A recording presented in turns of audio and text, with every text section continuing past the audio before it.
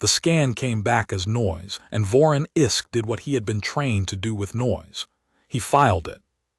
He was 3 hours into the dead shift aboard the listening post at HFY, a rung of iron and glass bolted to a rock at the outermost edge of the Medun Reach, when the long array woke and drew a shape across his board that the instruments refused to name. It was not a comet. It was not a drift hulk. It was not one of the empty ore barges that sometimes wandered off the shipping lanes and had to be logged and forgotten. It was a mass moving under its own power, and the power left no signature the array could read, and a thing that moved without a signature was, by every rule Voron had ever been given, an error in the equipment. So he reset the array. That was the procedure. When the instrument disagrees with the archive, the instrument is wrong. The shape came back sharper. Voron was young for the post, young enough that the older auditors still called him the boy when they thought he could not hear, and he had spent 2 years learning that the Sethric ascendancy did not reward the officer who raised an alarm and the officer who kept a clean board equally. The one who kept a clean board rose. The one who cried out at shadows was written down somewhere in the tally's ring as unreliable, and the ring never forgot an entry, so he did the careful thing. He pulled the raw returns, ran them against the index, and waited for the machine to tell him what he was looking at. The index was the spine of the empire. Every object of consequence in the settled galaxy had a place in it, every world, every species, every fleet, every hazard sorted and weighted on a scale that ran from 9 down to 0, where 9 was a power that could unmake a Sethric fleet, and 0 was a thing not worth the ink to record. The index had been maintained without a break for 11,000 years. It was the reason the ascendancy had never once been surprised. You did not fight a war you had not already weighed and won on paper. You did not send a fleet against a 9. You did not waste a fleet on a 2. You looked the thing up, and the ledger told you what it was, and then you acted, and you were right, because the ledger was never wrong about anything that mattered. The index looked at the shape crossing Voron's board and returned nothing. Not a 9, not a 0, nothing. No match. The object had no entry, no origin, no builder on file. It was moving at a velocity the array logged and then flagged as impossible because nothing that large decelerated that hard without tearing itself into light, and this thing was not tearing itself into anything. It was slowing. It was slowing the way a hand comes to rest on a table, deliberate, unhurried, as if the laws that governed every other mass in the Reach were a courtesy it had chosen this once to observe. Voron watched it for a long time before he understood that his own breathing had gone shallow. Then the object spoke. It came in on the open band, the old wide channel that everyone monitored and no one used, the frequency reserved for distress and for declarations of war. The voice was flat and did not hurry. It spoke in trade standard, the pidgin of the shipping lanes, and it spoke slowly, the way you speak to someone you expect to be slow. To the authority of the Sethric ascendancy, the voice said, this is the Terran vessel Meridian on behalf of the human commonwealth. You are in receipt of our final notice. You have taken the drift settlements at Kesh. You have processed their people. You have entered them into your registry as recovered property and struck their names. We have told you once in language your ledger recorded and your council read, restore Kesh, release its people, and withdraw your border fleet behind the Ansimer line. You have not answered. This is the last time we will ask before we come to take the answer ourselves. You have 9 days. The channel closed. Voron sat with his hands flat on the board and did not move. He had heard of Kesh. Everyone on the border had heard of Kesh, 3 thin colonies strung along a cold drift at the very frontier, a place of no worlds and no wealth, valued only because the ascendancy's expansion charts said the Reach could not be considered secured while a foreign settlement sat inside it. Kesh had been surveyed, weighed, and taken 11 months ago. It had been a small operation. The colonies had not resisted because the colonies had nothing to resist with. Vorin had processed some of the paperwork himself, back when it came through as routine cargo manifests, population counts, the slow bureaucratic swallowing of a place into the body of the empire. He had filed it and forgotten it, the way he filed and forgot everything, because that was the work. He had not known the people of Kesh were human. He had not in truth known what a human was. He had never needed to. Humans were an index null. He looked it up now, with the flat voice still ringing in the quiet of the post. The entry was thin, humanity. A minor species from a single system on a spiral arm nobody had reason to visit, catalogued by a passing survey 400 years ago and never rated because there had never been cause to rate them. Chemical rockets at the time of survey. No fleet of note. No holdings beyond their own star. The surveyor had assigned them index null, not zero, which was a rating, but null, which was the absence of one, the mark the ledger used for a thing beneath the threshold of interest. Below that entry, a single addendum added 11 months ago by the office that had processed Kesh. Foreign settlement claim human, disregarded, no standing. Disregarded, no standing. Vorin read it twice. Then he looked back at his board, where the vessel that had no entry in the index had come to a full and gentle stop just outside the reach, exactly where a lawful envoy would stop to deliver a lawful notice, and hung there, one hull, weathered and vast and utterly still, waiting for an answer it had said it did not expect to receive. He did the careful thing. He filed the transmission, flagged it for the border authority, attached the index null designation so that whoever read it upstream would know at a glance the source carried no rating, and he sent it up the line. That was the procedure. A null did not warrant a general alert. A null warranted a note. He would remember later that he had very nearly deleted it, that it had sat in his queue marked low, and that his hand had hovered over the purge, because a single unrated ship delivering a threat was exactly the kind of noise the older auditors taught him to clear from a clean board. He would remember that the only reason he sent it at all was a feeling he could not have defended to anyone, the memory of that flat, unhurried voice, and the way the thing on his board had slowed like it had all the time in the world. He sent it, and then, because he was young and could not help it, he opened the wide channel and said, into the dark, the thing that was not procedure at all. Meridian, this is HFY border listening post. Your notice is logged. I have sent it up. A pause. I don't decide anything out here. But it's logged. The channel was silent so long, he thought the vessel had already gone. Then the flat voice returned, and for just a moment it was not flat. Understood, HFY, it said.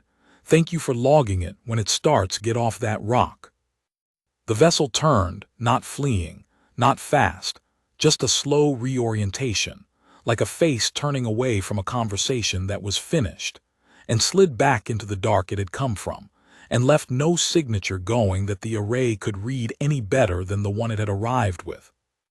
Vorin Isk sat alone at the edge of the empire with the word null glowing on his board, and did not sleep for the rest of the shift. 4 days later, on the ledger world of Ansimer, First Registrar Sethal Ondiine read the note from HFY and set it aside without finishing it. She had a great many notes to read. That was the nature of the office. The first registrar sat at the top of the index the way a keel sits at the bottom of a ship, holding everything else in its shape, and the price of the position was that every alarm from every corner of a galaxy-spanning empire eventually crossed her desk on its way to being weighed and dismissed. Most were dismissed. That was not cynicism. It was arithmetic. An empire that reacted to every ping from every border rock would spend itself into ruin chasing shadows. The ascendancy had endured 11,000 years precisely because it did not flinch. It looked things up. It acted on what it knew. And what it knew better than anyone alive because it had written the book. The note from HFY carried an index null designation, and Ondine's eye had been trained across 40 years to slide off a null the way water slides off oiled stone. Still, there was the word war in it, and the office did not survive by ignoring the word war even from a null, so she gave it the courtesy of a second glance. A single foreign vessel. No signature the border array could read, which meant, to Ondine, an old drive, a jury-rigged hull, something cobbled together on the frontier and running dirty, the kind of thing that fell off the array not because it was advanced, but because it was junk. A demand concerning the cash settlements. A deadline of 9 days, now 5. She pulled the cache file. 3 drift colonies processed 11 months ago, lawful annexation under the securing clause, population relocated to labor allocation, no complications recorded. And below it the human claim, disregarded, no standing. She read the whole of humanity's entry in the time it took to draw one breath because there was almost nothing to read. Chemical rockets, 1 star, 400 years since survey, index null. Ondine had spent 40 years learning to read the index, and the index was telling her a very simple story. A negligible species, catalogued and forgotten, had discovered that one of its frontier settlements had been swept up in a routine border action, and had scraped together a single ship and a large voice, and was now attempting to bluff the oldest and most complete power in the settled galaxy into surrendering a lawful holding. It was not even a new story. She had read it 100 times, from 100 small peoples who had woken one morning to find the ascendancy at their door, and had puffed themselves up to twice their size in the hope that the empire, being large, would not bother to swat something so small. The empire always bothered, that was the point. A holding released under threat was a holding lost, and a holding lost taught every other small people on every other border that the ledger could be moved by noise. The whole edifice of 11,000 years rested on the understanding that it could not. So Ondine did what the office existed to do. She weighed the thing and found it wanting and wrote her judgment in the margin in the small, precise hand that would be entered into the tally's ring and preserved forever. Index null correspondence. No revision to cache status. No fleet action warranted. Border authority to monitor and report. Disregarded. She almost stopped there. Later, she would spend a long time on that almost. But there was the matter of the ship with no signature. And while a null did not warrant a fleet, the securing clause did require that a threat against a lawful holding be met with a demonstration of resolve, so that the record would show the ascendancy had not simply ignored a declaration of war, even a laughable one, but had answered it in the proper form. The proper form was the wall. The ninefold wall was not a fleet. It was the fleet, the standing border force of the Medun Reach, 9 layered formations of warships arrayed in depth across the approaches to the Ansimer line, 410,000 hulls in all, the single largest concentration of force the ascendancy maintained anywhere in its territory. It existed to make the border uncrossable, and it had performed that function for 600 years without once being tested by anything that reached the second layer, because nothing in the index rated high enough to try. The wall was overwhelming by design. It was the visible arithmetic of Sethric power, the number so large it ended arguments. Ondine did not send the wall to fight. There was nothing to fight. She sent to the wallkeeper of the Medun Reach an instruction to bring the near approaches to alert readiness and to be prepared to receive, and if it crossed the line, to remove a single unrated vessel that had made threats against the empire. It was a formality. It was the equivalent of a great house setting one servant by the door because a beggar in the street had shouted something. The servant would not be needed, but the record would show the door had been watched. She signed the order, she entered her judgment, she moved to the next note. The word null sat at the top of the human file like a lid on a box, and Sethal Ondine, who had never in 40 years been wrong about a null, closed the file and did not think about it again for 4 days. Wall Marshal Callan Sethal received the order at the command hub of the ninefold wall and read it twice, not because it was complicated, but because it was so small. He commanded 410,000 warships. He commanded the crews of those ships, the yards that repaired them, the depots that fed them, the whole vast slow machine of the border. And in 600 years of the wall's existence, the machine had never been asked to do anything but exist. That was the burden of the post that no one warned you about when they gave it to you. You spent a career as the keeper of the largest closed fist in the empire, and the fist was never used, because the sight of it was enough. Callan had come to think of the wall the way a man thinks of a mountain, as a fact of the landscape, permanent, unmoving, beyond the reach of events. And now the office of the first registrar was telling him to alert the mountain, because a single ship had made a noise. He almost laughed. He read the attached file, human, index null, chemical rockets, 1 star, and he did laugh. A short dry sound, and the officers around the hub table caught it and passed the small joke among themselves the way soldiers do. 1 ship, null rated, coming to take Kesh back, from the wall. How many hulls does the null bring? Asked his second, an old careful officer named Thrail. 1, Callan said. The file says 1. Thrail did not laugh.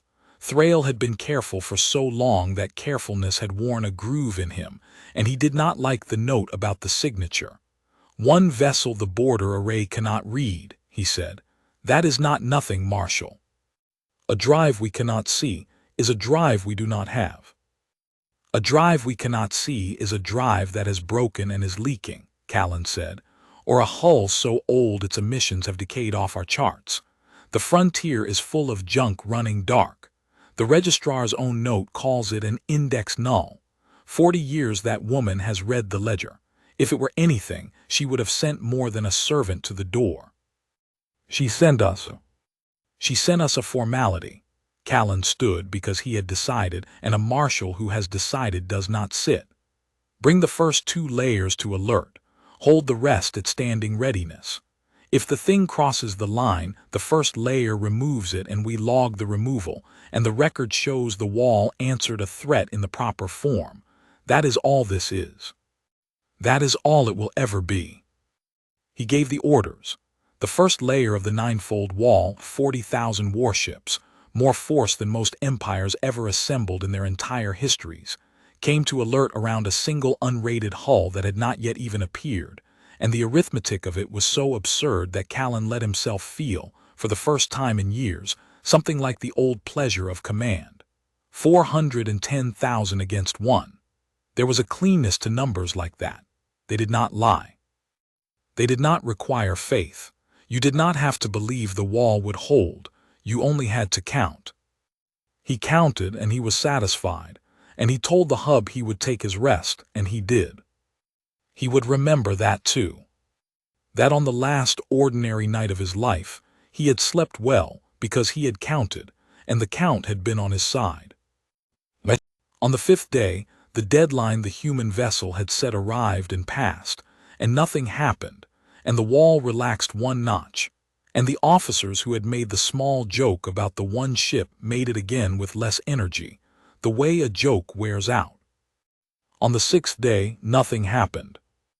On the 7th day, the border arrays along the near approaches of the Medun Reach went, one after another, blind.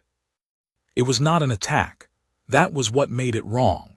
An attack the wall would have understood, a jamming front, a strike on the sensor pickets, the ordinary opening moves of a war fought by things the index could rate. This was not that. The arrays did not go dark under fire. They simply stopped returning anything useful, one after another down the line, the way lamps go out in a corridor as someone walks toward you turning them off. Each array, in the last clean moment before it lost the picture, reported the same thing the post at HFY had reported a week before, a mass, moving under power, leaving no signature the instrument could read. And then another mass behind it, and then another.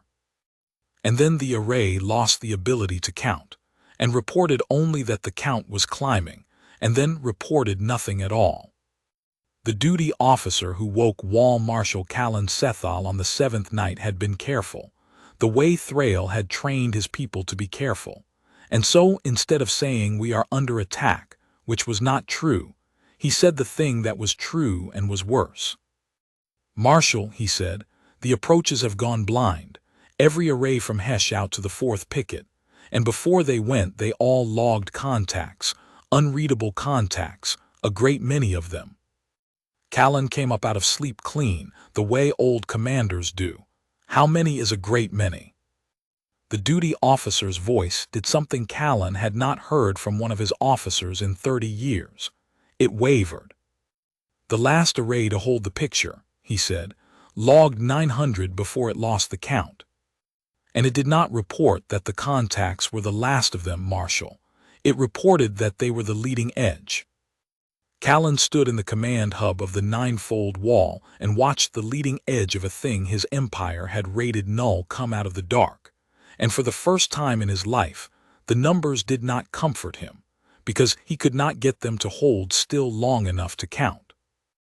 They had rebuilt the picture as best they could from the pickets that still lived, stitching a coarse image out of the deep arrays and the optical scopes and the long thermal watches, and the image resolved slowly, the way a face resolves out of fog, and every officer in the hub went quiet as it came. Callan did not order the quiet. It arrived on its own. Men who had spent careers speaking in the clipped, confident cadence of the border force found they had nothing to say, because the thing on the great display did not fit into any sentence they had ever been given to describe it. They came in formation. That was the first wrongness. The frontier junk Callan had told himself to expect did not come in formation. Junk drifted, junk straggled, junk arrived alone and afraid. These came in a wall of their own, not the loose swarm of a raiding force, but a deliberate, layered, geometric order, ranks behind ranks, each hull holding its station with a discipline the Sethric border force prided itself on and had never once seen bettered. They came the way the ninefold wall itself would have come, if the ninefold wall had ever moved. And they were vast. Callan had commanded warships his whole life, and he knew the sizes of things, knew a cruiser from a dreadnought at a glance by the way it sat against the stars, and the lead hulls of the human formation sat against the stars like nothing in his experience. The Sethric dreadnought, the heaviest hull the wall fielded, ran a little over 2,000 spans from bow to stern, and it was the largest warship most officers would ever see, and it was the thing the Empire's enemies had learned to fear on sight. The lead human hulls were longer, not by a little. The scopes gave him a number and he made them run it again, and it came back the same, and the number was more than 3 times the length of a Sethric dreadnought, and there was not one of them. There was a rank of them. And behind that rank another. And the ships behind the great hulls, the ones the humans clearly regarded as escorts, as the small craft of the formation, the fighters and frigates that darted at the edges, those were the size of Callan's cruisers. "Count them," Callan said, and his voice was steady, because that was the one thing a marshal owed his hub in a moment like this, and it cost him everything he had to pay it. They counted. It took a long time because the formation had depth, and the deeper ranks were still coming out of the dark, and the count kept climbing past the point where anyone in the hub had expected it to stop. It climbed past 1,000. It climbed past 10,000. It was still climbing when Thrail, who had been careful his whole life and was being careful now, leaned to Callan and said, very quietly, so that the hub would not hear, "Marshal, the registrar's file said 1. I know what the file said. The file said 1 and indexed null and chemical rockets." Thrail's careful voice had gone to something underneath careful, something Callan had not known was there. "Marshal, the file is not merely wrong about the number. If the file is wrong about the number, it is wrong about everything. And if it is wrong about everything, then we do not know what these are. We have no rating for them. We have no rating at all." Callan looked at the great display, at the wall of hulls coming out of the dark in perfect order, at the count still climbing, and he understood that Thrail had put his finger on the exact center of the wrongness, and that the wrongness had a shape, and the shape was this. The entire strength of the Sethric ascendancy, the whole 11,000-year edifice of its confidence, rested on the promise that you always knew what you were fighting before you fought it. You looked it up. the ledger told you. And then you were never surprised, because surprise was a thing that happened to peoples who did not keep good records, and the Ascendancy kept the best records in the galaxy. The ledger had told them no. The ledger had been surer of that than of almost anything, 40 years of a registrar's judgment behind it, 11,000 years of method, and the ledger was not a little wrong. It was not off by a factor of 2, the way a hurried survey might be. It was wrong in a way that had no bottom. It had looked at a power that could build ships 3 times the size of a Sethric dreadnought, and field them in numbers that were still climbing past 10,000. And it had written, beneath the threshold of interest, and it had been so certain of that verdict that a first registrar had disregarded a declaration of war in one breath and moved on to the next note. The count stopped at last, when the last rank cleared the dark. Callan made them say the number aloud, because he needed to hear it in a voice, needed it to be a thing said in the room, and not just a figure on a screen he could tell himself he had misread. 91,000 hulls, the counting officer said. Confirmed.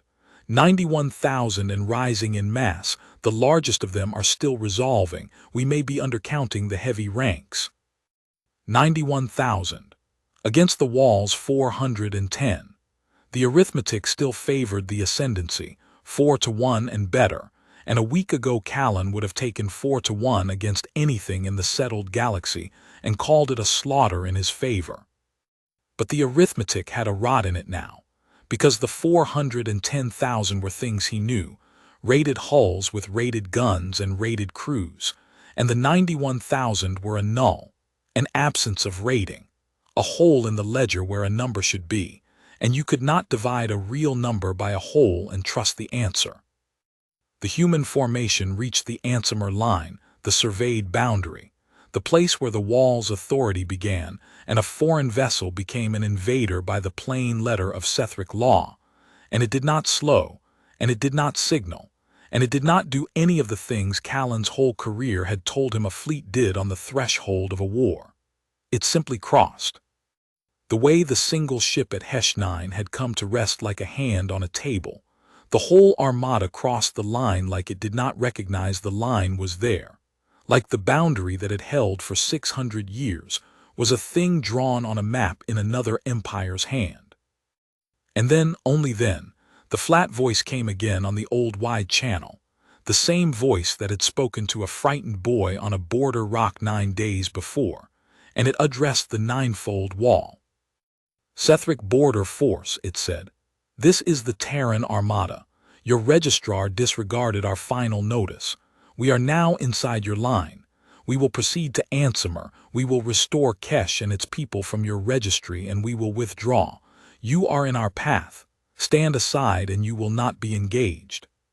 Hold your position and you will be removed. This is the only warning your fleet will receive. Callan Sethal commanded 410,000 warships, the largest closed fist in the Empire, the mountain that events did not reach, and he stood in his command hub and understood that he had been given by a null the chance to step aside. He did not take it. No marshal of the wall could have taken it. The wall did not step aside. The wall was the thing others stepped around. 600 years of that truth stood behind him, and the whole watching apparatus of the Ascendancy stood behind that, and a marshal who opened the border to an invader on the strength of a bad feeling would be a marshal written into the tally's ring forever as the one who ran. He had 4-1. He had rated hulls and rated guns. He had the arithmetic, even rotten, even with the hole in it, and a lifetime of trusting arithmetic does not let go of a man in an hour. All layers, Callan said. Weapons free, engage on the line. The ninefold wall opened fire.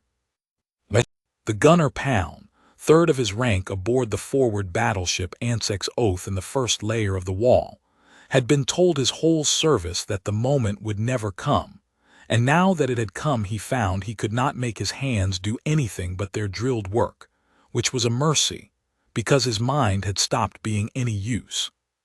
He had a good station. The Oath was a proud hull, a line battleship of the first layer, and her main batteries were the pride of the border force, spinal accelerators that could put a round through a cruiser at the far edge of the picket range, the guns that had made the wall the wall. Pound had crewed those guns for 11 years. He had never fired them at anything but a target drone. He fired them now into the leading rank of the human formation, into the great weathered hulls that filled his sighting scope from edge to edge. And he watched his rounds cross the gap and strike home, and he waited for the thing that 11 years of drill had promised him would follow, which was the death of the enemy ship. The round struck the lead human hull and did nothing. Not nothing in the way a miss does nothing. He saw them hit. He saw the flare of impact walk across the enemy's flank, a line of strikes that would have gutted a Sethric dreadnought stem to stern, that would have opened it to space and killed every soul aboard, and the human hull sailed through the strikes without so much as a change in its heading. Its plating flared and darkened where the rounds hit and then simply went on being plating, scarred a little more than it had been, and Pound understood in a cold, slow way that the marks his guns were making on that hull were not wounds. They were scratches. They were being added to a surface that was already covered, bow to stern, in the scars of other people's weapons. A hull so weathered, so scorched and pitted and streaked with the residue of old fires, that Pound's best rounds disappeared into the general record of its long, violent life, without adding anything the ship's crew would ever need to notice. That was the thing that broke something in Pound before a single human weapon had even fired.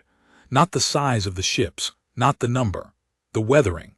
The Sethric fleet kept its hulls clean. A clean hull was a disciplined hull, a cared-for hull, and Pound had been taught to read a ship's soul in its finish. The human hulls were filthy with survival. Every span of them said the same thing, in a language older than the index and plainer than any file. We have been shot before by better than you, and here we still are. The order came down to concentrate fire, to mass the first layer's guns on the lead hulls and overwhelm them, and the first layer did it. 40,000 warships pouring everything they had into the leading rank of the human formation. And for a moment the display was nothing but the light of Sethric weapons, more firepower than had been discharged in the Medun Reach in 6 centuries, and Pound let himself believe. The light cleared. The lead human hulls were still there, scarred a little more, coming on. And then the Terran Armada, which had crossed the line and taken 40,000 ships worth of fire and answered none of it, decided that the warning it had been given, and opened its own guns. And Pound learned the last thing the border force would ever teach him, which was what the wall looked like from the inside when it began to come apart. The human guns did not roar. Pound had expected roaring. He had expected the storm of light his own fleet made, 40,000 hulls hammering the dark until the display drowned in it. The Terran Armada fired the way it did everything else, quietly, deliberately, without waste. Long lances of pale light reached out from the great weathered hulls, and where they touched a Sethric warship, the warship was simply not there anymore. No tumbling wreck. No spreading debris that the rescue tenders might pick through for survivors. The lance touched the Oath's sister ship, the Senric, a battleship Pound had trained beside for 11 years, and the Senric became a line of cooling vapor and was gone, and the space where she had been closed over as though she had never occupied it. It was the precision that unmade the first layer's nerve. A weapon that killed messily left something to hate, something to shout at, a wreck to avenge. This killed cleanly and moved on, and each ship it took vanished without argument, and the effect on the men who watched their fellows vanish was not rage. It was a kind of vertigo, the sensation of standing on ground that has quietly announced it is no longer solid. The first layer had come into the engagement 40,000 strong and certain. Inside 4 minutes it had lost 6,000 hulls and every scrap of its certainty, and the human formation had not slowed, had not tightened, had not deigned to change its geometry in any way that acknowledged the wall was firing at all. Pound kept his guns working. It was all he had.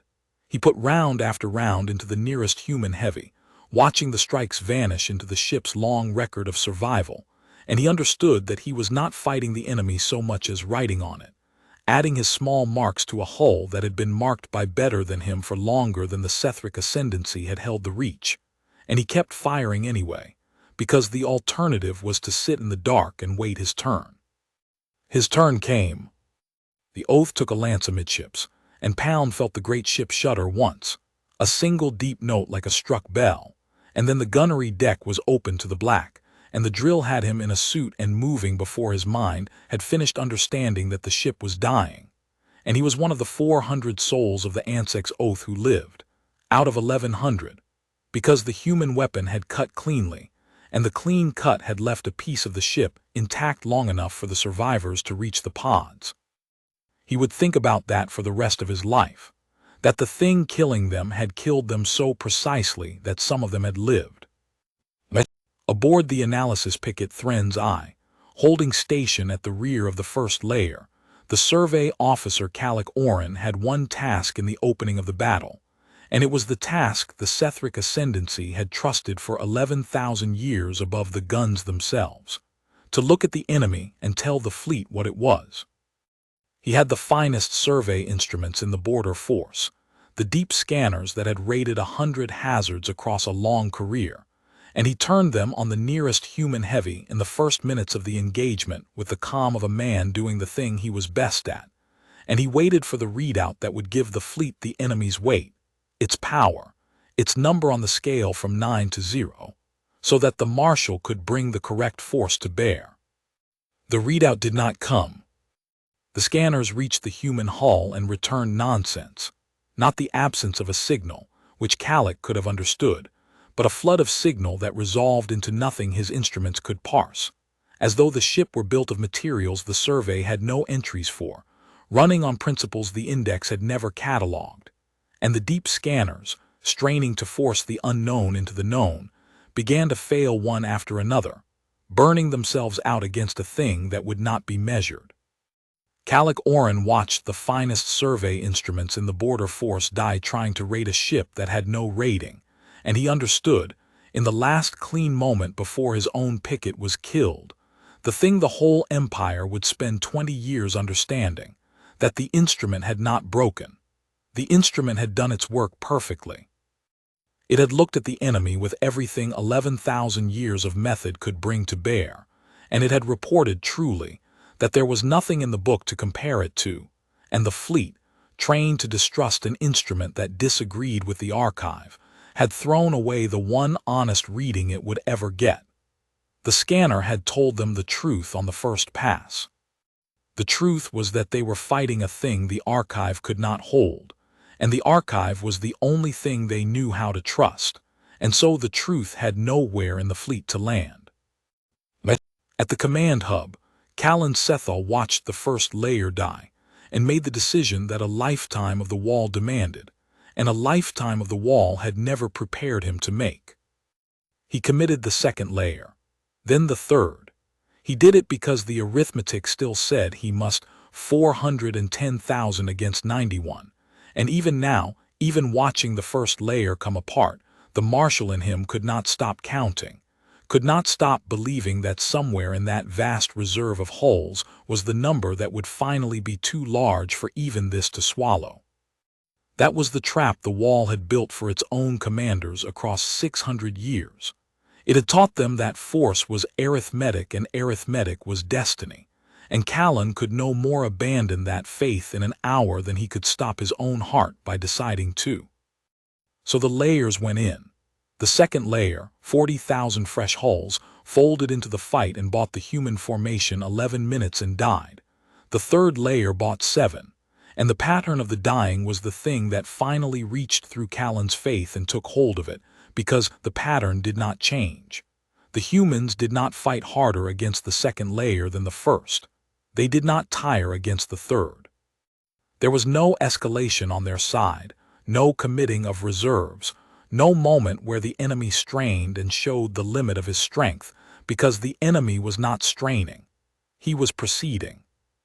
The Terran Armada moved through the ninefold wall at a constant, terrible, unbothered pace, the pace of a man walking through tall grass, and the layers of the wall were the grass. And Callan watched 3 of the 9 great formations of the border force cease to exist in the time it would have taken him to walk the length of his own flagship, and he finally, fully understood. They were holding back. The realization arrived in Thrale's careful voice, which had stopped being careful and become something Callan had no name for. "Marshal," Thrale said, "look at the heavies. The great hulls at the center, they haven't fired." Callan looked. It was true. The largest of the human ships, the ones 3 times the length of a Sethric dreadnought, the ones at the heart of the formation, they had crossed the line and advanced through 3 layers of the wall, and they had not fired their main weapons once. The killing was being done by the escorts. By the frigates and the cruiser-sized ships the humans clearly regarded as their light forces.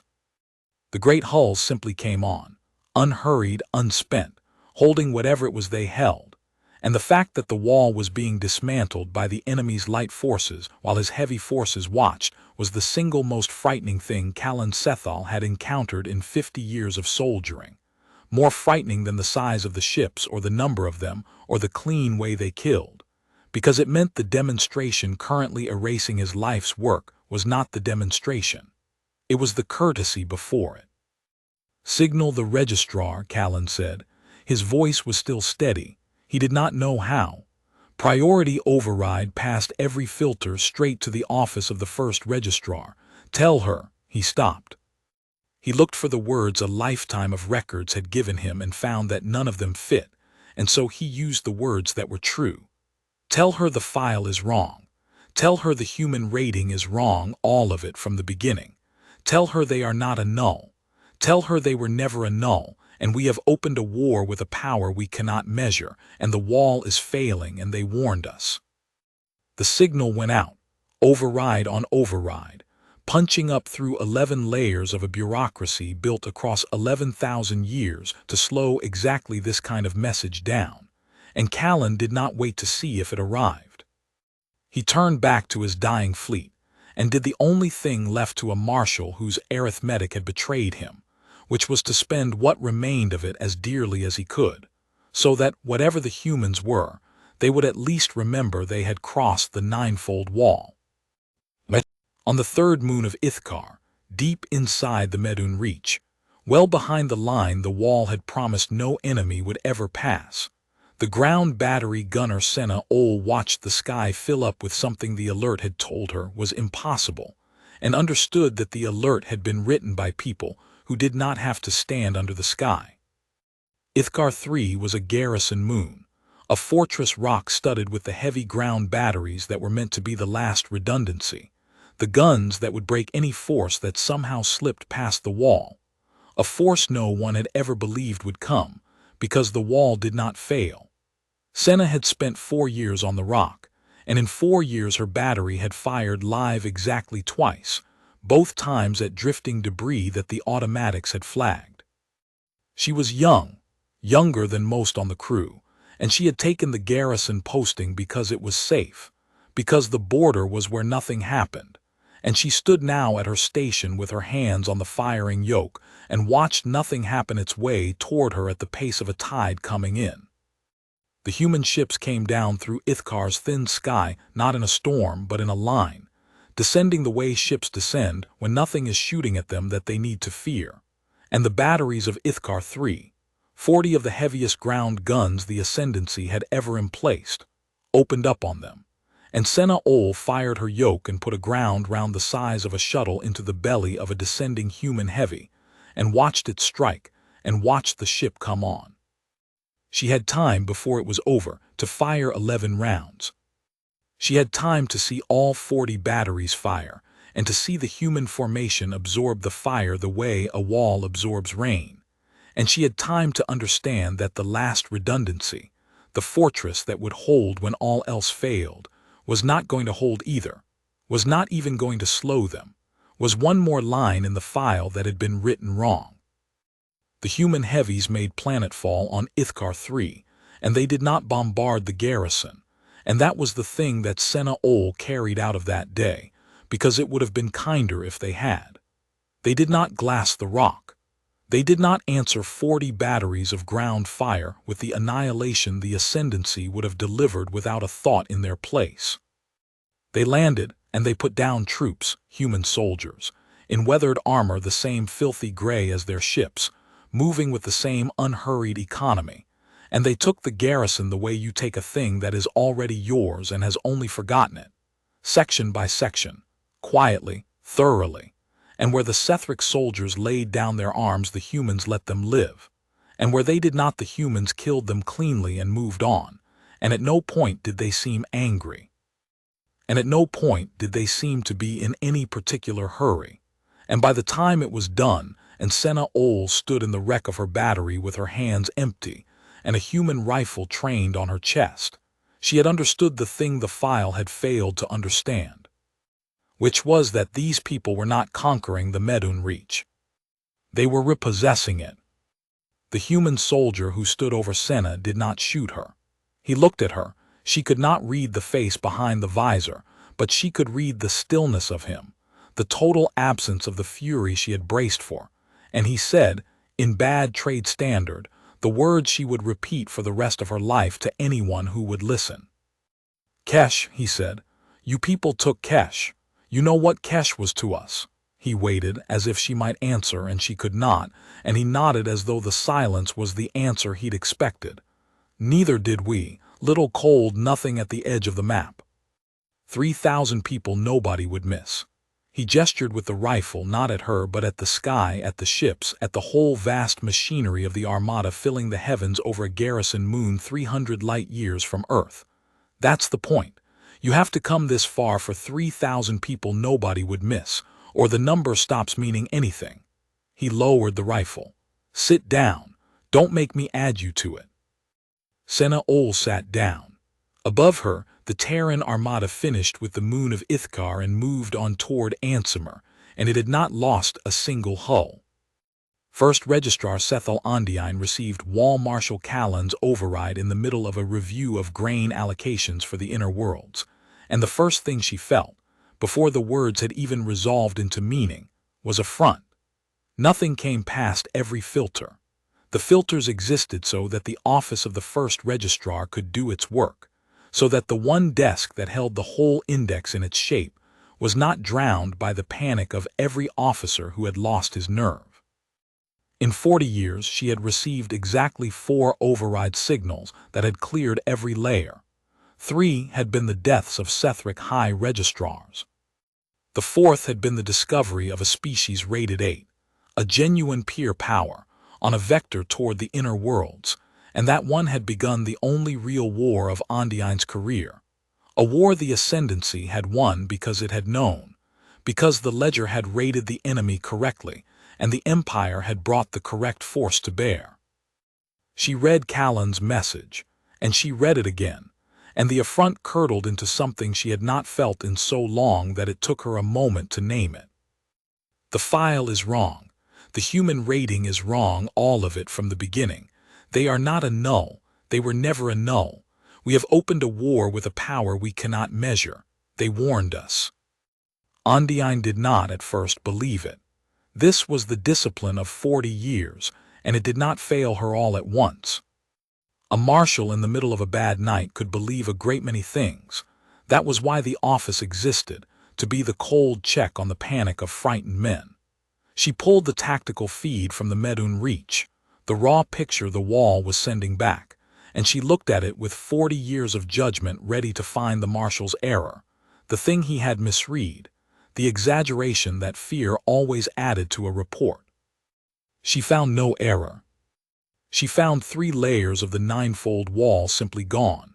She found the count of enemy hulls, 91,000, unrated, unreadable, and the sizes of them. And she found the thing that Thrail had found and Callan had found, the thing that took the last of her disbelief and closed it like a hand.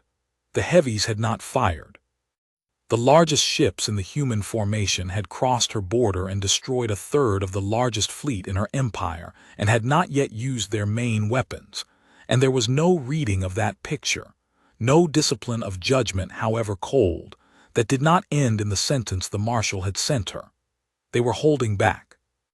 And a power that could do this while holding back was not a null, was not an 8, was not any number the Index had ever needed, because the Index had been built by and for an empire that had never once encountered a power that regarded 400,000 warships as an inconvenience to be walked through on the way to collect 3,000 people from a cold drift at the edge of the map. Ondiine sat with the picture for a long moment, and then she did the thing that 40 years should have made impossible, the thing that no first registrar had done in the 11,000-year history of the office. She pulled the human file, the thin, cold entry with its chemical rockets and its 1 star and its index null, and she looked at the date of the survey, 400 years past, and she understood the shape of her empire's error, and the size of it, and she felt the floor of the world she had spent her life defending go out from under her. 400 years. The Index had rated humanity once, 400 years ago, from a single passing survey, and had filed the rating as permanent, because that was how the Index worked.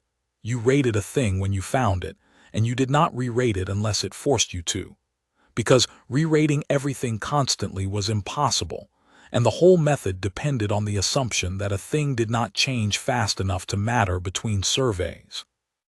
That assumption had held for 11,000 years across 10,000 species, because 10,000 species did not change fast enough to matter. And humanity, in the 400 years since a Sethric surveyor had glanced at their chemical rockets and written null and moved on, had crossed the distance between chemical rockets and the fleet now dismantling the 9-fold wall, and the Index had not noticed, because the Index was not built to notice a thing that fast.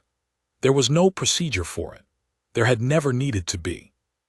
The Empire's entire method of knowing the galaxy had a blind spot precisely the shape of a species that rose faster than the surveys could recount, and humanity had grown up inside that blind spot, unrated, disregarded, beneath the threshold of interest, until the day they walked out of it in 91,000 hulls.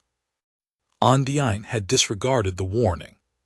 She had written the word herself in her own small, precise hand 4 days ago, and it was in the tally's ring now, preserved forever. Index null correspondence. Disregarded. She had done it because the Index told her to, and the Index had been the most reliable thing in her life, and she understood now that she had trusted a 400-year-old glance more than a declaration of war delivered in plain language by a ship her own arrays could not read, and that the price of that trust was going to be paid by everyone behind the Ansimer line, all the way to the ledger world itself. She did not waste time on the feeling. That was the one virtue the office had left her. She convened the council.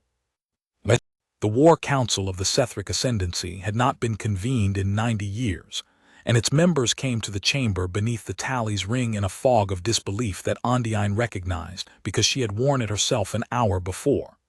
They were the keepers of the great offices, the wardens of the inner worlds, the master of the yards, the high registrars of the ledger, and they were, to a soul, people who had risen by trusting the Index, because in the ascendancy there was no other way to rise. They came into the chamber certain that a border force of 410,000 hulls could not be in danger from anything, because the number was too large to fail, and Ondiine watched the certainty go out of them one by one as the tactical picture came up on the great display, and she thought, with a bitterness she kept off her face, that she was watching the whole empire have the realization she had already had, a few hours late. Exactly the way the empire had had every realization in this affair a few hours, or a few days, or 400 years too late. The master of the yards, an old hard official named Ravik who had built more warships than any Sethric alive, was the first to find his voice, and he used it to say the thing the arithmetic still demanded. 4-1, he said, even now. The wall has lost 3 layers, but 6 remain, and 6 layers is 240,000 hulls, and behind the wall are the home fleets of the inner worlds, another 100,000, and behind those the ledger world's own defenses. They cannot have the strength to go through all of it. No one has that strength. The numbers.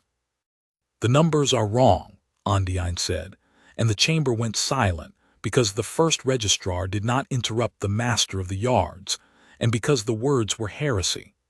The numbers have been wrong from the beginning of this, Master Ravik, and they are wrong now, and I will tell you the exact shape of how they are wrong, because it is the only thing that may yet save a single world of this empire. We are counting our hulls against their hulls, 400,000 against 91,000, and every one of us is comforted by that count because the count is on our side, and we have spent our whole lives being right when the count was on our side. She let the silence hold. But the count assumes our hulls and their hulls are the same kind of thing, and they are not. Marshal Callan has put 3 full layers of the 9-fold wall in front of these ships, and it has cost them nothing, not one hull. The ratio that matters is not 400,000 to 91,000. The ratio that matters is every ship we have ever built to 0. 0. That is what they have lost. And you cannot win a war of attrition against an enemy who is not attriting. Then we do not fight a war of attrition, said one of the wardens, a sharp young official named Sale who had risen fast and knew it. We negotiate. We give back Kesh. It is 3 drift colonies at the edge of nowhere. We should never have taken them if this is the cost. We give back their people. We withdraw the border force. We pay whatever indemnity these humans demand, and we make this stop before it reaches the inner worlds. It was, Ondiine thought, the first sensible thing anyone in the chamber had said, and she watched it die because the council of the Sethric Ascendancy could not do it. Would not, could not.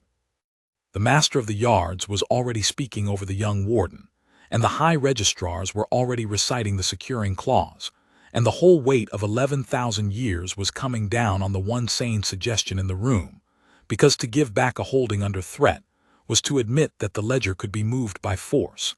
And if the ledger could be moved by force, then the entire edifice of the index, the promise that the ascendancy always knew what it was fighting and always brought the correct force to bear, was a fiction, and every small people on every border would learn it in the same hour, and the empire would not survive the lesson. They would rather lose the inner worlds than admit the index was fallible, because without the index there was no empire left to lose. Ondiine saw it clearly, the trap her whole civilization had built for itself, and she saw that she was standing inside it with the rest of them, and that even now, even knowing everything she knew, she could not quite bring herself to be the first registrar who said aloud that the ledger was wrong. So the council did what the council was always going to do. It voted to reinforce. It ordered the 6 remaining layers of the wall to hold, and the home fleets of the inner worlds to stand to, and it drafted a response to the human demand that conceded nothing, that restated the empire's lawful title to Kesh, that offered, in the language of a power that has never once had to beg, to discuss reparations for the border incident once the human fleet had withdrawn from Sethric space. Ondiine watched them send it, and she knew what it was. It was the 400-year-old glance, one more time. It was null, written again, in the face of everything, because the alternative was to stop being the ascendancy. She went back to her office and pulled up the tactical feed from the Medun Reach and watched the 4th layer of the 9-fold wall begin to die. And she composed in her own hand, past every filter, a private message to no one, which was the closest thing to prayer that a first registrar had left, and it said only, "We were warned, and we could not hear it, because we had already decided what they were." The 4th layer bought 9 minutes, the 5th bought 6. By the time the 6th layer went in, Wall Marshal Callan Sethal had stopped pretending to himself that he was fighting a battle, and had begun the harder work of deciding what a defeat this total was for. He had learned things, in the hours since the Armada crossed his line, that no Sethric officer had ever lived long enough to learn, and he had made his signals officers record every one of them and fire them back toward Ansimer in a continuous stream, because if the wall was going to be spent, it would at least be spent buying knowledge, and knowledge was the only currency the Ascendancy had ever truly valued. He had learned that the human weapons had a range longer than his by half again, so that the wall had spent its opening minutes dying at a distance from which it could not reply. He had learned that the human hulls carried some manner of field that drank the energy of his weapons and shrugged off his kinetics, and that the field did not weaken under massed fire the way any shield in the Sethric arsenal weakened, but held at a constant that his gunners' rounds never reached. He had learned that the humans could see his ships coming before his ships could see them, that they killed his squadrons in the order that best unraveled his formations, that they fought, in short, like a power that had been fighting for a very long time against enemies far worse than the Sethric ascendancy, and had survived all of them, and had grown into the kind of force that a species becomes when its whole history is the history of being underestimated and living anyway. And he had learned the last thing, the thing he sent back to Ansimer flagged above all the rest, in the 9th hour, when the 6th layer was dying, and the human formation had at last drawn close enough to the command hub that he could see the great heavies with his own scopes, and not merely as marks on a plot. The heavies fired. They fired once. Callan saw it. He would be dead within the hour, and he was glad in a distant way that he had lived to see it, because it settled a question that had been eating at him since the line. What were the great ships holding back? He had imagined some doomsday weapon, some final horror the humans kept sheathed. It was not that. When the human heavies fired at last, it was because the 6th layer of the wall had done something clever Thrale's doing, a massed convergence, 40,000 hulls throwing everything at a single point in the human line in the hope of overwhelming one hull, one field, of proving that the Armada could be hurt if only enough force was brought against a single point. It was the best tactic left. It was, Callan thought, genuinely good. And the human heavies fired to answer it, and the answer was a single coordinated volley from the great ships that had held their fire for 9 hours, and where the volley went the 6th layer's convergence. 40,000 ships gathered into one massed fist ceased in one moment to be. Not the ships at the point of impact, all of them. The whole convergence, 40,000 hulls, gone in a single beat of light, as though the humans had simply reached out and unmade the idea of that fleet. That was what the heavies were for. Not doomsday, not horror. They were for the moment when the enemy finally did something clever, and they existed to teach him, in one stroke, that cleverness would not save him either, that there was no tactic and no massing and no convergence that the Armada had not already seen, and buried 100 times in wars against things far worse than the ninefold wall. The heavies were the period at the end of the sentence. And Callan Sethal, watching 40,000 of his ships disappear in a single volley, finally understood the true message of the whole terrible day, the thing the humans had been saying with every unhurried mile of their advance. This is not us at war. You have not seen us at war. This is us collecting a debt. Pray you never see the other thing. He sent that back to Ansimer too. It was the last thing he sent. Then the human formation reached the command hub of the ninefold wall, and Wall Marshal Callan Sethal, who had commanded the largest closed fist in the Empire and had counted on it to the very end, stood on his bridge and watched the pale light reach for his flagship, and had time for one last thought, which was not of the Empire or the ledger or the index that had betrayed him, but of the careful old officer at his side, and he turned to Thrale and said, "You were right." From the first note. "You were right," and Thrale, who had been careful his whole life and had earned the right to say it, said, "I know, Marshal." And then the light took them both cleanly, and the command hub of the ninefold wall went out like a lamp in a corridor, and the count of the great border fleet, which had begun the day at 410,000 hulls, passed below 30,000 and kept falling. Of the 410,000 warships of the ninefold wall, the largest concentration of force the Sethric ascendancy had ever assembled, that had held the Medun Reach for 600 years, 19,000 survived to flee toward the inner worlds. The Terran Armada had lost none. It reformed its ranks over the wreckage of the border it had crossed, and it did not pursue the fleeing survivors, and it did not gloat, and it did not broadcast a single word of triumph on the old wide channel. It simply turned toward Ansimer and resumed its unhurried pace and came on. At the listening post at HFY, Voron Isk watched the whole of it, because the war had swept past his rock in its first hours and left him alive behind it, one small blind station in the vast silence where the border had been, and he was one of the few Sethric souls who saw the entire arc of the thing from beginning to end. He had not gotten off the rock. There had been nowhere to go. HFY had one courier boat, and the boat's route ran inward, toward Ansimer, toward the very place the Armada was going, and Voron had done the arithmetic of that and decided that a slow boat fleeing toward the target was worse than a rock the enemy had already passed. So he stayed, and he kept his array running on the deep passive mode that had let it live when the active pickets died, and he watched the ninefold wall come apart across 9 hours, and he logged every moment of it, because he was an auditor of the tally's ring, and it was the only thing he knew how to do with horror. He was watching when the survivors began to flee back past him, 19,000 hulls streaming inward in a route that had no order and no rally, and he opened the wide channel to listen to them, and what he heard was not the panic he expected.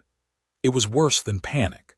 It was the sound of an entire fleet that had lost the thing that held it together, the shared certainty that the Empire always knew what it was fighting, and without that certainty, the survivors of the wall were not a fleet anymore.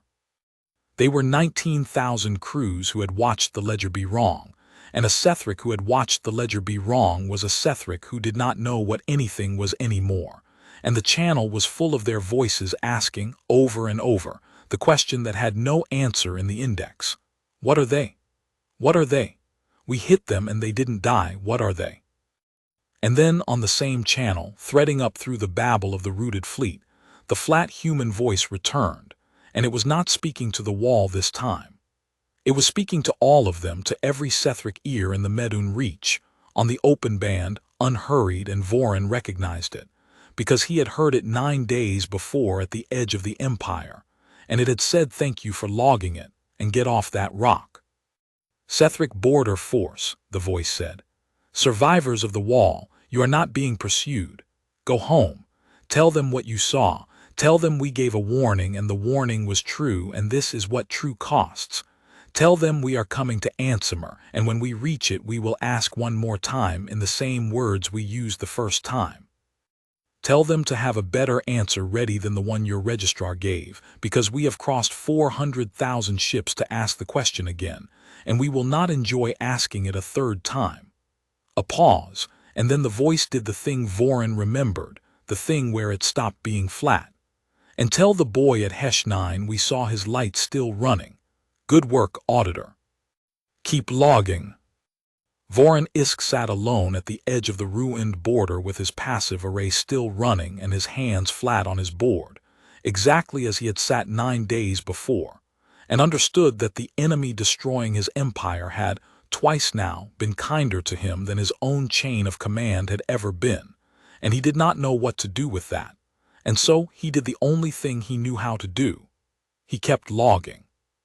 He recorded the survivors streaming past, and the Armada reforming, and the long, slow turn of 91,000 hulls toward the heart of the ascendancy, and he entered it all into the record with the small, precise care of a man who has understood, before almost anyone else in his empire, that the only thing his civilization had ever truly been good at was writing things down, and that it had failed at the one thing that mattered, which was reading what it wrote.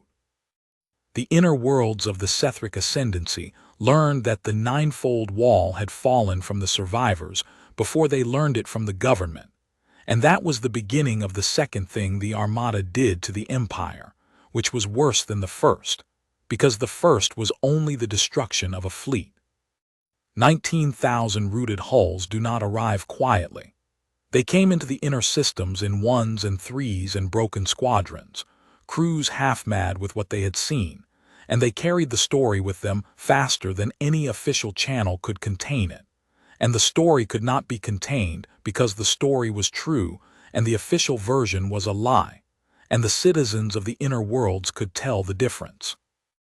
The government said the border force had suffered reverses against an unrated aggressor, and that the situation was in hand.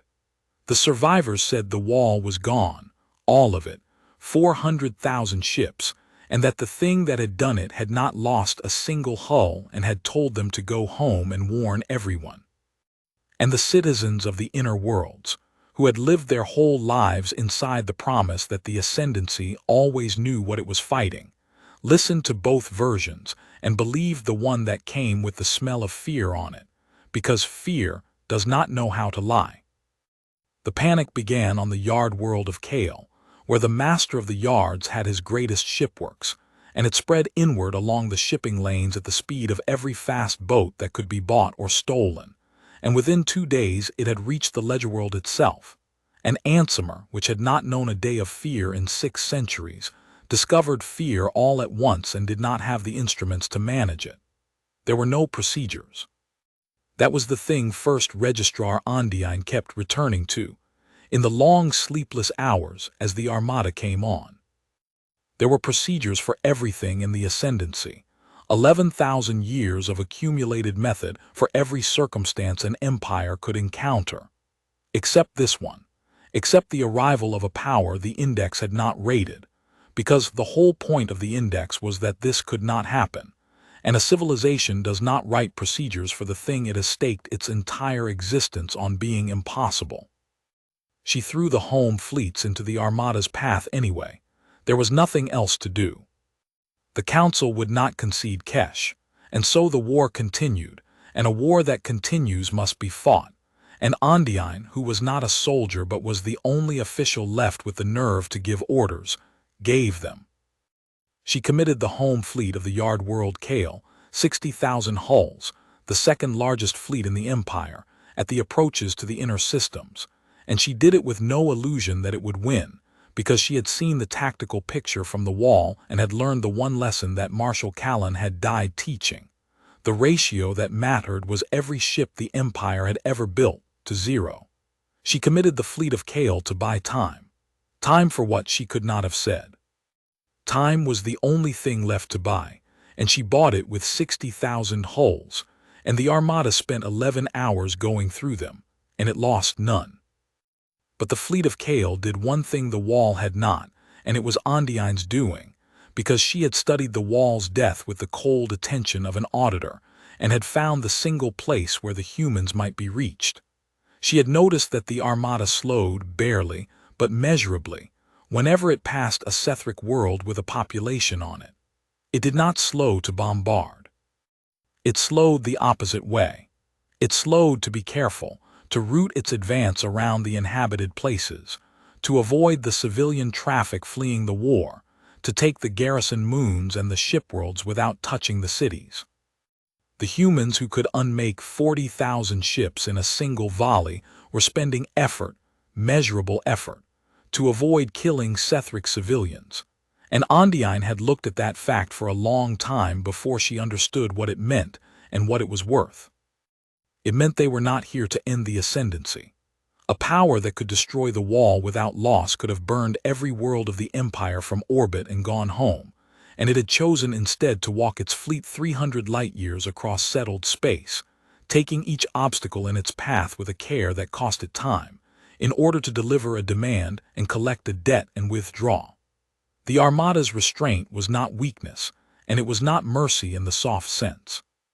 It was the most frightening thing about them, because it meant the whole demonstration was deliberate, that they had calculated exactly how much of the empire they needed to break to make the point, and no more, and that the point was the only thing they wanted, and that they were entirely capable of the other thing, the unrestrained thing, and had chosen not to do it this time.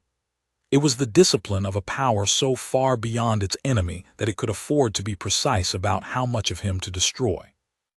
And it meant, Ondine saw, that there was a way to end this that did not require defeating the Armada, because the Armada did not want to be fought. It wanted its demand met. It had said so, in plain words, 3 times now. The way to end it was the way the young Warden Sale had named in the council and been shouted down for: give back Kesh.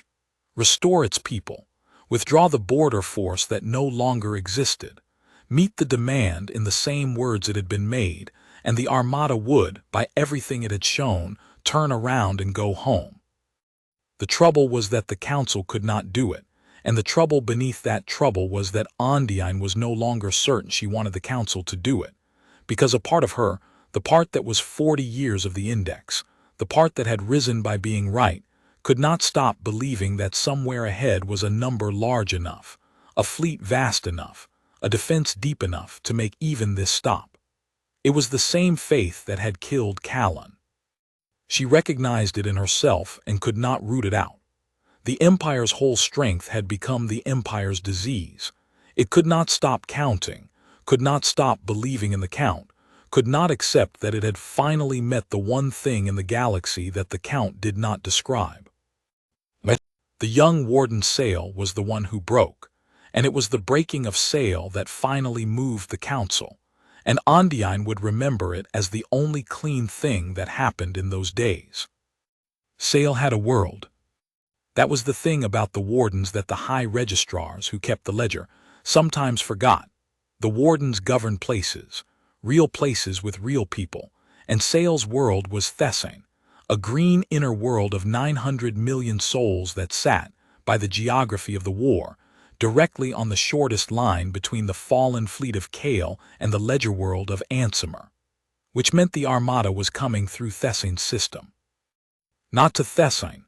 The humans had shown they would route around the inhabited worlds, but through its system, past its cities, close enough that the 900 million people of Thessain would look up and see the ships that had eaten the ninefold wall pass overhead, and Sale, who governed them, had to decide what to tell them.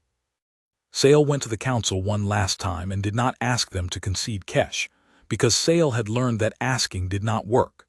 Instead, the young Warden played them the feed.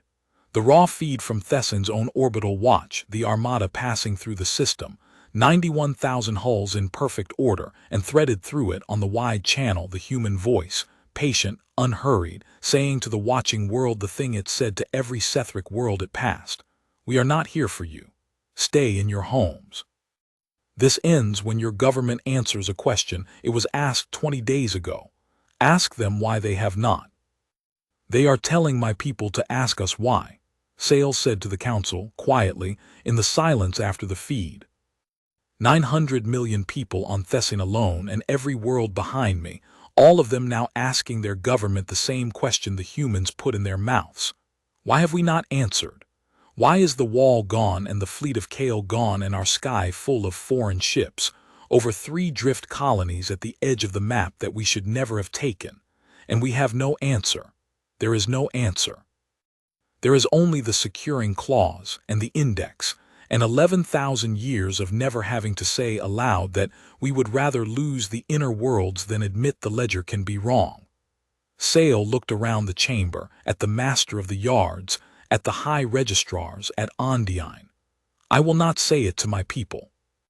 I will not stand on Thessain and tell 900 million souls that they may die because their government cannot bear to be corrected. If this Council will not concede Kesh, then I will concede it myself, for Thessain, and let the ledger record that one Warden chose his people over the Empire's pride, and let the humans root through some other Warden's sky." It was treason. Every soul in the chamber knew it was treason, a Warden negotiating separately with an enemy, and in any of the last 600 years it would have ended Sale's life and struck the name from the ledger. And it did not. This time, because the Master of the Yards, old hard Ravik, who had built more warships than any Sethric alive and had just watched 60,000 of them die at Kale, stood in the silence after Sale's words and said, in a voice like a hull under strain, the thing that finally cracked 11,000 years. "The boy is right," Ravik said. "I have spent my life building the Count. I built the wall. I built the fleet of Kale. I built the number that was supposed to make us safe, and I have watched the number fail twice completely, and I am done pretending that a bigger number waits ahead. There is no bigger number. There is only how many more of our worlds we feed to this before we do the thing the boy from Thessain has the courage to say. I will not build another fleet to die. Give them back their colonies. Give them back their people. Let the ledger be wrong once in 11,000 years, and let us survive to be wrong again. A wrong ledger can be corrected. A dead empire cannot. The council voted to concede. It was not unanimous, and the manner of its not being unanimous was the thing that nearly destroyed the ledger world, because the one voice that would not bend belonged to the one official whose office could act alone. His name was Kar Vessin, and he was the keeper of the Tally's ring, the master of the great archive itself, the man whose whole life was the index in its purest form, not the reading of it, which was Ondine's work, but the keeping of it, the physical preservation of 11,000 years of the Empire's memory in the vast orbital archive that ringed the ledger world. Vessin was old, older than any official in the chamber, and he had spent 70 years as the guardian of the one thing the Ascendancy held sacred, and he could not do it. When the vote came to concede Kesh, to strike the Empire's lawful title, to unprocess a completed annexation, to enter into the permanent record of the tallies, ring the admission that the ledger had been moved by force, Kar Vessin stood and refused and left the chamber, and it was only later, too late, that Ondine understood he had not left in defeat. He had left to act. The keeper of the tallies ring held the codes to the ledger world's own defenses. It was an old arrangement, a redundancy from a paranoid century, the archive and the planetary guns bound to the same office, so that the memory of the Empire and the defense of its heart would live or die together. No one had thought about it in 300 years. It had never mattered, because the guns of Ansimer had never been needed, because nothing reached Ansimer. Kar Vessin went from the council chamber to the archive, and he sealed himself inside the tally's ring, and he took the guns of the ledger world under his sole command, and he prepared to do the thing that 70 years of keeping the sacred record had convinced him was the only honorable end: to fire on the Armada when it came, and to be destroyed, and to let the ledger record that the Sethric Ascendancy had died defending its heart rather than living by conceding it. He did not tell the council. He did not have to. By the time Ondine understood what he had done, the Armada was in the Ansimer system, and the concession she had drafted, the acceptance of the human demand, word for word in the language it had been made, the order to restore Kesh and release its people and stand down every remaining fleet, was ready to transmit, and she could not transmit it, because the keeper of the tally's ring had locked the ledger world's communications the same way he had locked its guns. And the only voice that could reach the sky over Ansimer now was Kar Vessin's, and Kar Vessin intended to answer the Armada with fire. The Armada came into the Ansimer system on the 22nd day, and it came exactly as it had come to every other place, unhurried, in perfect order, and it slowed as it always slowed near an inhabited world, and it hung at the edge of the ledger world's near space, 91,000 hulls, and it did the thing it had said it would do. On the old wide channel, to the heart of the Empire that had disregarded it, the flat human voice spoke for what it said was the last time. "Authority of the Sethric Ascendancy," the voice said, "this is the Terran Armada. We are at Ansimer. We have crossed your border, your wall, your inner fleets to reach this place, and we have done it to ask you the same question we asked 22 days ago in the same words, because we are a people who keep our word even when it is inconvenient, and we told you we would ask a third time." A pause. "Restore Kesh. Release its people from your registry. Withdraw your forces behind the Ansimer line, what remains of them. You have 1 hour to answer, and this time we require the answer to be yes, because there will not be a fourth asking. If the answer is yes, we restore what was taken and we leave, and this ends. If the answer is anything else, or if it is nothing, then we will stop being careful, and you will see the thing our heavies have been holding since your border, and you will not survive seeing it. 1 hour. We hope you use it better than you used the last 22 days. And First Registrar Sethel Ondine, who held in her hand the answer the Armada demanded, yes, the full and complete yes, drafted and approved and ready, stood in a communications center she could not use, locked out of her own sky by a mad old archivist, and understood that the Empire was going to be destroyed in the next hour not because it had refused to concede, but because it had conceded and could not say so, and that this, too, was the Index's doing. Because the Index had built an empire so obsessed with its own record that it had bound the voice of its capital to the keeper of its archive, and the keeper of its archive would rather die than let the record show the Empire had been wrong. She had 1 hour. She spent the first minutes of it doing the thing that came most naturally to a first registrar, which was to understand the problem exactly. And the problem, understood exactly, was this. Carvesin held the archive, the guns, and the voice of Ansimer, all three, sealed inside the Tally's ring, and the only way to reach any of them was to reach Vesin, and Vesin had sealed himself where no one could reach him, in the heart of the great archive he had guarded for 70 years, protected by every measure a paranoid century had built. There was no procedure for removing the keeper of the Tally's ring from the Tally's ring. There had never needed to be. The office had been designed to be unassailable, because the archive was sacred, and now the man who held it intended to use its unassailability to destroy the world it was meant to protect. Ondiine did the arithmetic of it, cold, fast, an auditor to the end, and found that there was exactly one path, and it ran through the one thing the Ascendancy had that the Index could not corrupt, which was people who were not officials. She did not go to the council would debate. She went instead on her own authority to the technicians of the communications center, the working souls who ran the machines that the officials merely commanded, and she found among them a young signals officer named Ivan who knew the physical architecture of the Ledger World's communications the way Vesin knew the archive, from the inside, from the cables and the relays and not from the org chart.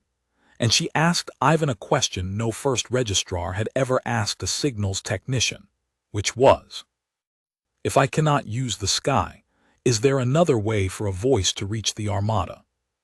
And Ivan, who was young and frightened and had spent the war watching officials do nothing, thought about it and said yes, not through the sky.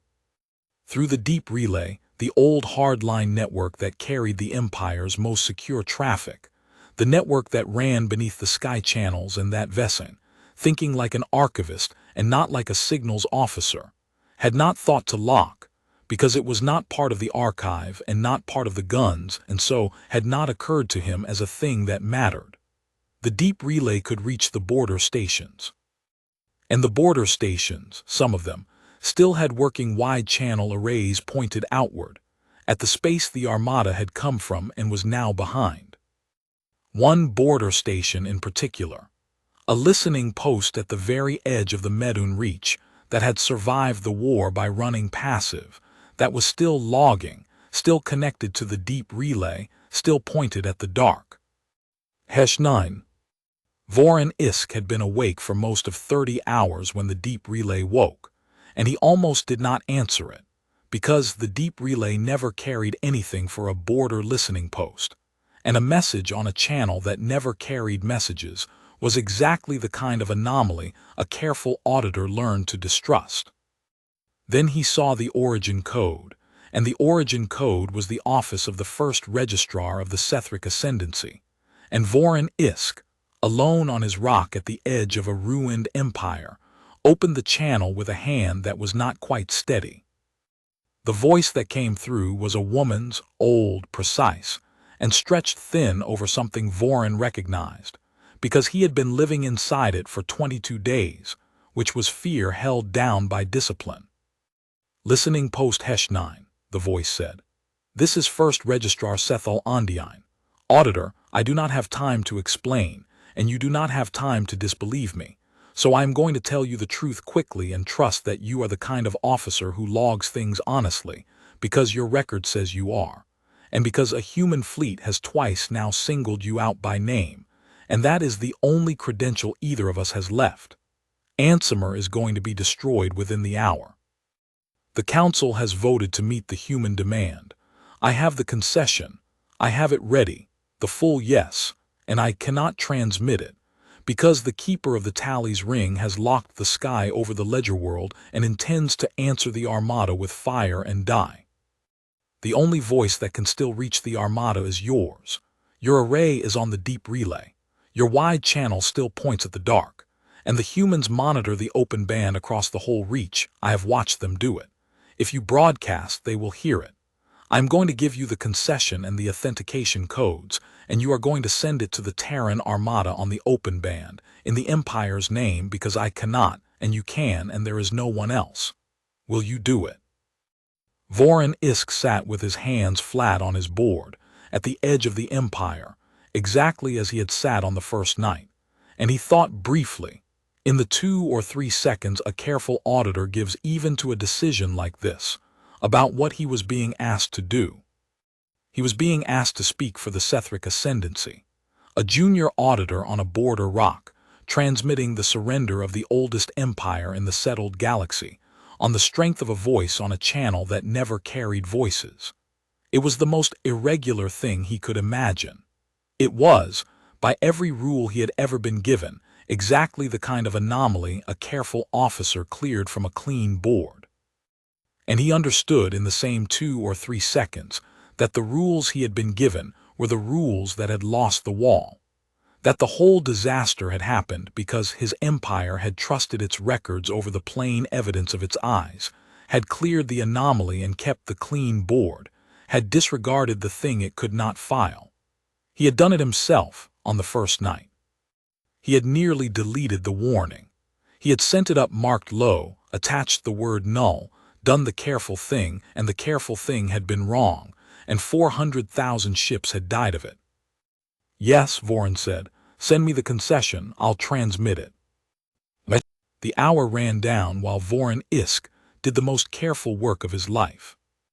Ondine fed him the concession through the deep relay, the full text, the Empire's yes in the exact words the Armada had demanded, and the authentication codes that would prove it was the true voice of the government and not some border officer's forgery. And Vorin checked it twice, because a transmission like this could not carry an error, and then he pointed his wide channel array along the deep line of the Medun Reach toward the heart of the Empire, toward Ansimer, toward 91,000 human hulls hanging over the ledger world with their heavies unsheathed, and their patience finally spent, and he opened the old wide channel that everyone monitored and no one used, and he spoke into it the way he had spoken into it on the first night. A frightened young auditor talking to a fleet that could not be measured. Terran Armada, Vorin said. This is HFY, border listening post at the edge of the Medun Reach. The same post that logged your notice on the first night. You told me to keep logging. I've been logging. I'm logging now. He drew a breath. I am transmitting the answer to your demand on the authority of the first registrar of the Sethric Ascendancy with her authentication attached because she cannot reach her own sky and I can reach the dark. The answer is yes. The full yes. Restore Kesh. Release its people. The Empire will withdraw what it has left behind the Ansimer line. The Council has voted it. The first registrar has signed it. It is yes. He hesitated, and then he added the thing that was not in the concession, the thing that was his own because he was young and could not help it. There is one man on the ledger world who has locked the sky and means to fire on you against the government's order. He is not the Empire. He is one old man who could not bear to be wrong. The government's answer is yes. Please, please hear the yes and not the guns. He sent it with the authentication, and then he sat in the silence of his rock and did the thing that was the whole of his profession and the whole of his people's genius and the whole of their failure. He waited to see whether the record would be read. At Ansimer, in the last minutes of the hour, the Terran Armada heard the boy at HFY. And in those same last minutes, Kar Vesing, keeper of the Tally's ring, 70 years the guardian of the sacred record, saw the hour running out and did not wait for it to end. He fired the guns of the ledger world. They were not small guns. The defenses of Ansimer had been built across 3 centuries to be the last unbreakable shield of the Empire's heart, and Vesing fired all of them at once, every planetary battery and the weapon rings of the Tally's ring itself. the massed fury of the capital of the Sethric ascendancy, into the human formation hanging over his world. It was more firepower than the ninefold wall had thrown in its first massed volley. It was the Empire's last and greatest count, gathered into a single stroke, and Vesin fired it in the certainty that it would be answered by annihilation, that the humans would repay the guns of Ansimer with the thing their heavies held, and that the ledger would record the Sethric ascendancy dying with its defenses, firing rather than living with its record corrected. The guns of Ansimer struck the Terran Armada, and the Terran Armada did not answer with annihilation. Sethal Ondiine watched it from the communications center, on the one feed Vesin had not locked, the raw orbital watch, and she saw the whole massed fire of the ledger world reach the human formation and break against it. The same pale fields that had drunk the fire of the wall, drinking the fire of Ansimer, the greatest stroke the Empire could throw absorbed and shrugged aside by ships that did not even alter their formation to receive it. And then she saw the Armada answer, and the answer was the thing that finally, fully, taught Sethal Ondiine what humanity was, because the answer was not annihilation and it was not mercy, and it was not either of the things her Empire's imagination could have produced.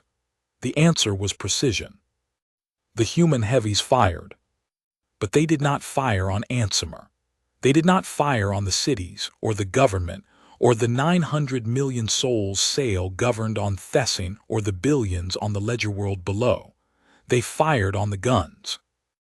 On the planetary batteries, one by one, each battery unmade in a single clean stroke the instant after it fired, so that the guns of Ansimer were removed from the world without the world beneath them being touched, surgical, deliberate, a demonstration of a control so total that it was, Ondiine understood, more terrifying than any amount of destruction, because destruction was a thing any sufficiently large power could do, and this was a thing only a power that was entirely unafraid could do. They could afford to be precise.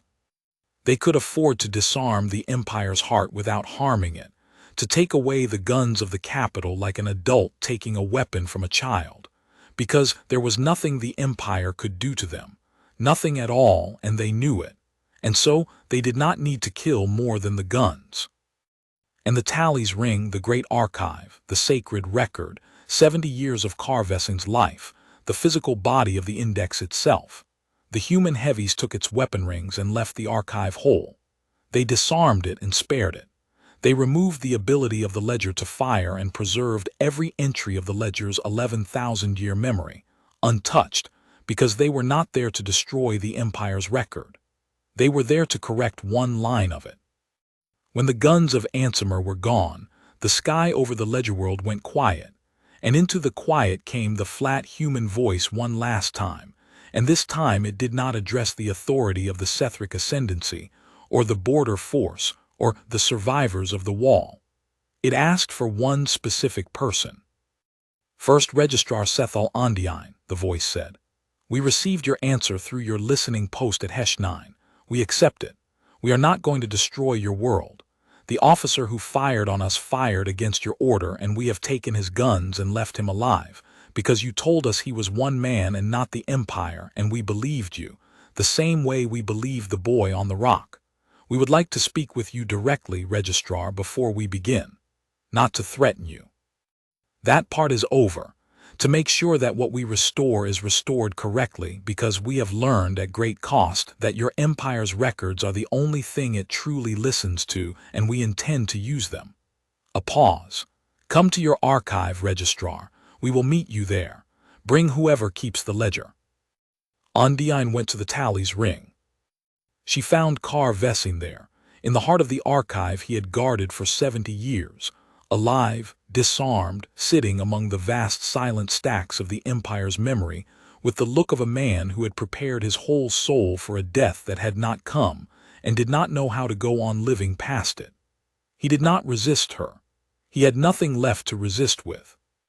The guns were gone, the sky was open, and the thing he had been willing to die to prevent, the correction of the record, was about to happen anyway, and he had not even managed to die for it.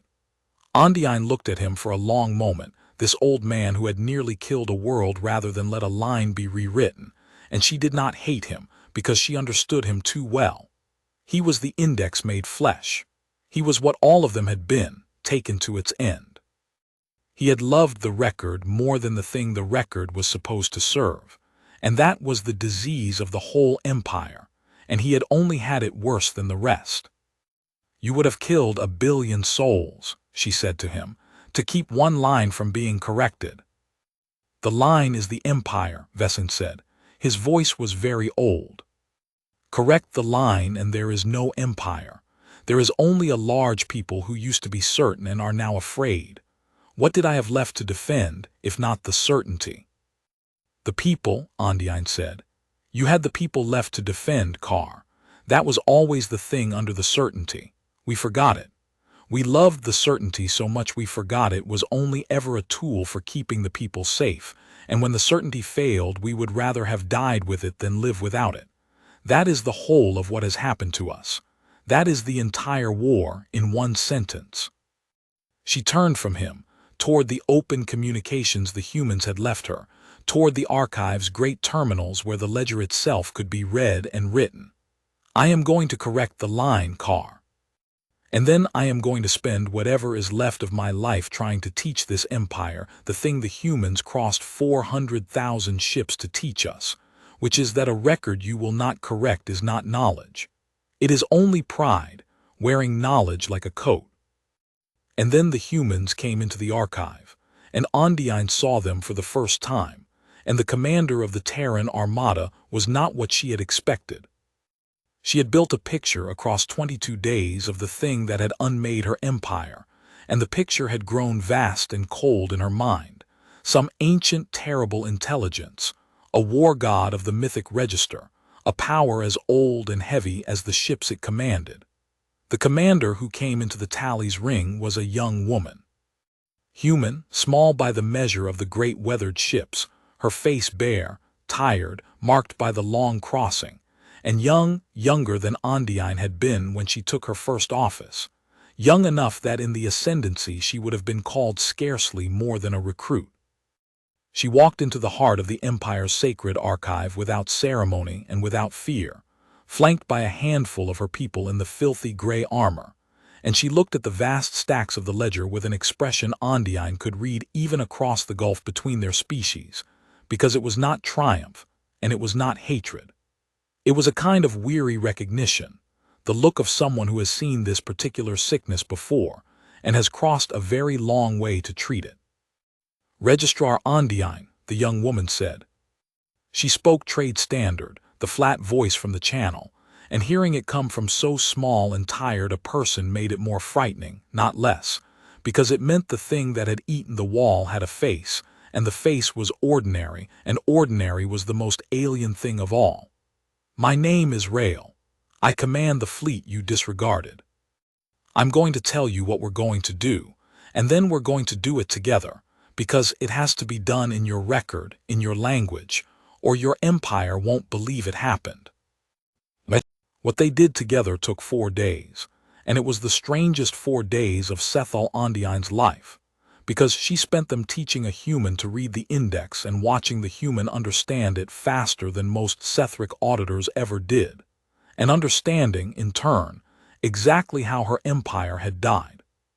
Cash had been processed. Ondiine had known the word for 11 months and had never once looked at what it meant, because it had come across her desk as routine, the way Vorin Isk had filed the same operation as routine at the other end of the empire. And this was the thing that undid her most in those 4 days, that the horror had been routine, that it had passed through 1,000 careful hands like hers and been filed and forgotten by every one of them. Processed meant that the 3 drift colonies of Kesh, with their 3,000 human souls, had been entered into the Sethric registry as recovered property.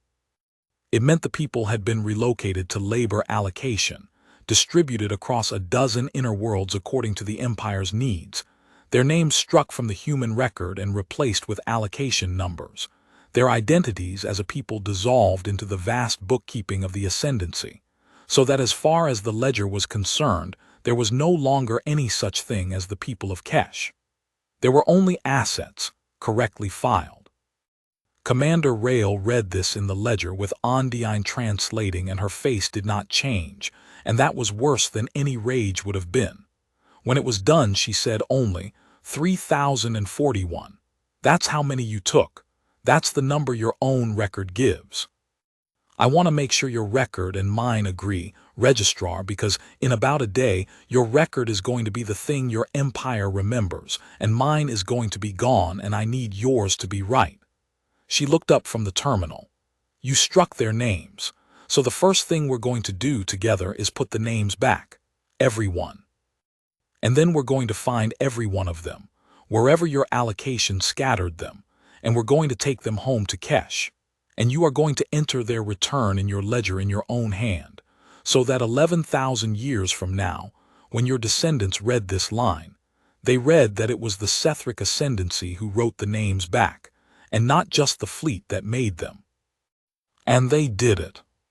It was the thing Ondine would remember to the end of her days, the 4 days she spent in the heart of the Tally's Ring, with a young human commander at her side, going through the allocation records world by world, finding the scattered people of Kesh among the labor rolls of a dozen inner worlds, restoring their names one at a time, and entering in her own precise hand, in the permanent record of the empire that had struck them, the return of each one.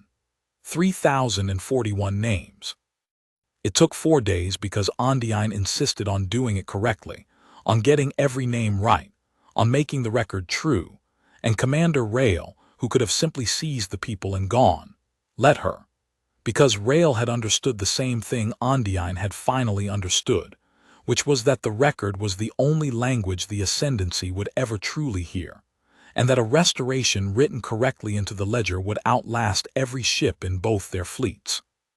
On the 4th day, when the last name was written, and the last of the people of Kesh had been gathered from the labor rolls of the inner worlds, and loaded aboard the human ships to be carried home, Commander Rail came to Sethal Ondine one final time, in the heart of the Tally's Ring, to say the thing that Ondine had been waiting the whole 4 days to be told, because there was a question in her that the war had not answered and that she could not stop asking, and Rail, who missed very little, had seen it in her.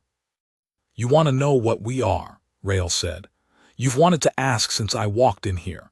You keep looking at me like you're trying to read an entry that isn't in your book. You are not in the book, Ondine said. That is the whole of it, Commander. My empire has catalogued the settled galaxy for 11,000 years, 10,000 species. Every power that has ever mattered has a place on our index, a rating, a weight, and we have never been wrong about one that mattered, not once until you. And you are not merely absent from the book. You are the shape of a thing the book cannot hold. So yes, I want to know what you are. I think I have earned the asking. The young human commander was quiet for a moment, and when she spoke, it was not in the flat channel voice but in something lower and more tired, the voice of a person and not a fleet. 400 years ago, one of your surveyors looked at us, Rail said. We know. We found the survey later when we started taking your records apart to understand why you never answered our messages. Chemical rockets, 1 star. He wrote us down as nothing and moved on. And here's the thing, Registrar, he was right. That's what your empire has never understood about the mistake it made. He wasn't wrong. 400 years ago we were nothing. 1 cold star, a few billion people who'd only just learned to leave the ground, no fleet, no reach, nothing worth the ink. Your book was correct. She looked at the vast stacks of the index around them. Your book was correct, and you kept it, and you filed us, and you never looked again. Because your whole method depends on things staying what you filed them as, and most things do. Most species take 100,000 years to change enough to matter. You built an empire that lasts 11,000 years on the assumption that nothing changes faster than you can survey it. She almost smiled, and it was not a kind expression. We changed faster, that's all. That's the entire secret. We're not war gods. We're not ancient. We're not the thing your survivors think we are now, out there, whispering about us.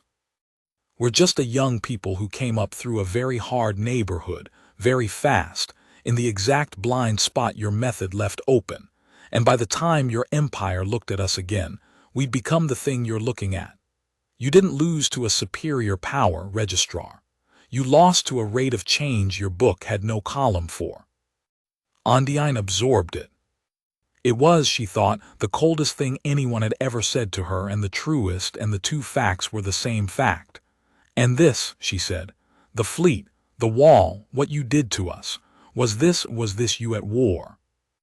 No, Rael said, and the single word landed in Ondine with more weight than the entire destruction of the ninefold wall.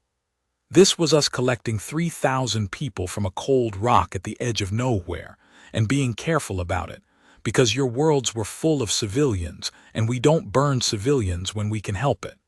This was us being polite, Registrar. We crossed your empire, we broke your fleets, we took your capital's guns, and we did not kill one soul we didn't have to, and we called that being careful because for us it was. You have not seen us at war. Pray to whatever your people pray to that you never do, because the thing you saw these 22 days was the restrained version, the version with the safeties on, the version that stops to write the names back. War is the version that doesn't stop. And the only reason you'll never see it is that you gave back what you took. That's the whole of the arrangement now. That's the new entry for your book. Leave us alone, and you will never learn what we look like when we mean it. She turned to go, and then she stopped, and she said the last thing, and it was not a threat, and that was why Ondine remembered it longest. Correct your book, Rael said, not because we told you to. Because a people that won't correct its book will do this again to someone someday, will look at a thing that's changing and file it as nothing and look away. And one day the thing it filed as nothing will come across 400,000 ships to explain the mistake. We came to explain it to you gently, because you took 3,000 of ours and we could reach you.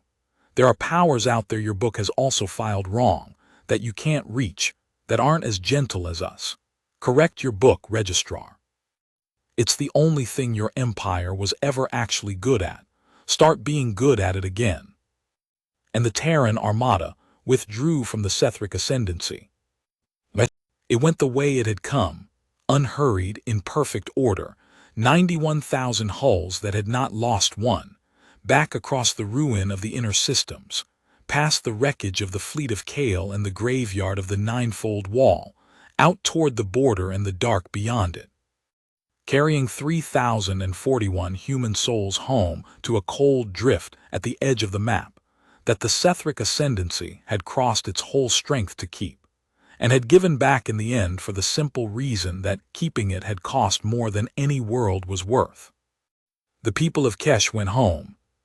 That was a thing that happened on inner worlds across the Empire in those days, and it was witnessed by Sethric souls who had never thought about the labor allocations in their midst as anything but assets correctly filed, and the witnessing changed them, in ways the Empire was still reckoning with years later. On the yard world of Kale, a mid-level allocation official named Tometh, who had spent 11 months with 200 Kesh humans on his labor rolls, and had never once wondered what they had been before they were numbers, stood on a loading dock and watched the humans of the Armada come for them, and watched his allocation, his assets, his correctly filed property, become people again in front of him, become a community that knew each other's struck-out names and wept them aloud as they were called. And Tometh understood, standing there, that he had participated in something the Index had made invisible to him. That the whole genius of his empire's method was that it could turn 3,000 people into a routine, and let 1,000 careful officials handle the routine without one of them ever seeing what they were handling. He resigned his office within the year. Many did. The war had shown the Empire its own eyes, and a great many Sethric who had spent their lives filing things could not, after Kesh, go back to filing. The Armada passed Hesh-9 on its way out, and it slowed, the great formation slowing near the one small rock the way it had slowed near every inhabited place. And on the old wide channel, the flat voice came one more time, for the last time, and it was Rael, and she was speaking to a junior auditor alone on a border station at the edge of a broken empire. Hesh-9, she said, Auditor Isk, we're leaving. You did a good thing at the end there. You spoke for your whole empire when your empire couldn't speak for itself, and you got it right. I don't know what your people are going to do with you for it. Probably nothing good. That's usually how it goes for the one who was right too early. So I want it on your record, the thing your people keep, that the Terran Armada crossed your empire end to end, and the one Sethric officer we'd trust with our lives is the boy who logged honestly on the first night and never stopped. Keep logging, Auditor. Somebody in your empire has to.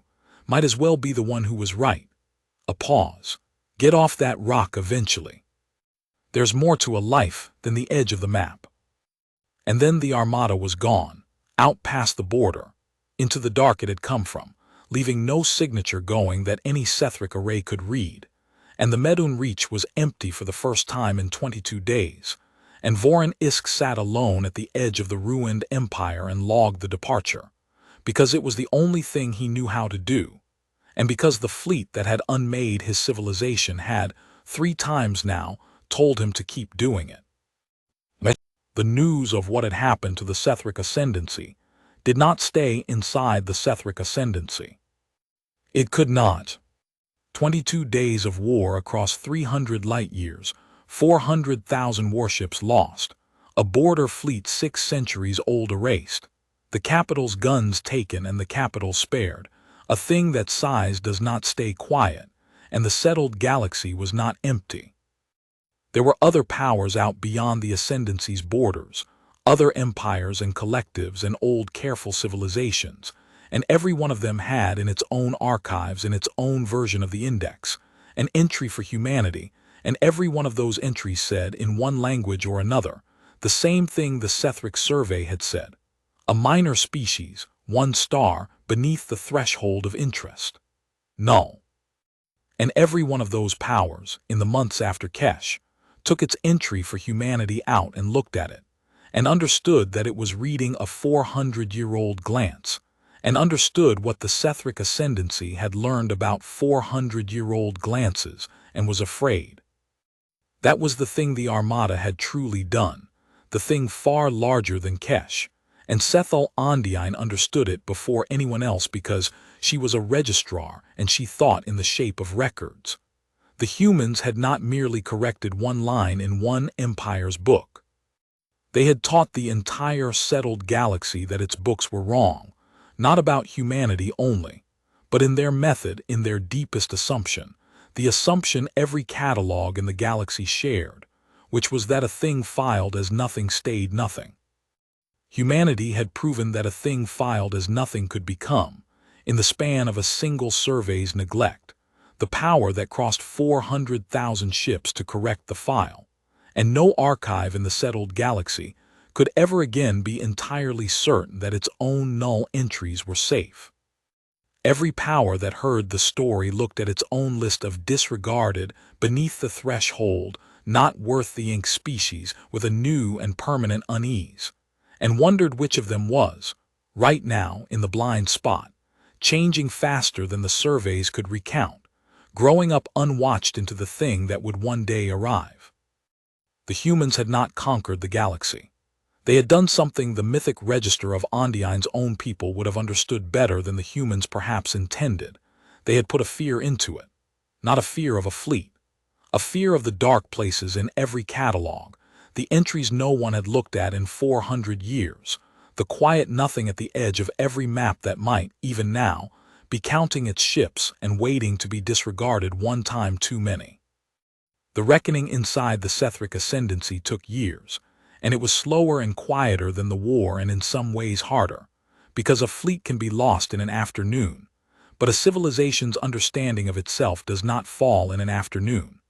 It comes apart the way a great hull comes apart under a stress it was not built for, slowly, with long groans, in pieces that each seem survivable until the whole shape is gone.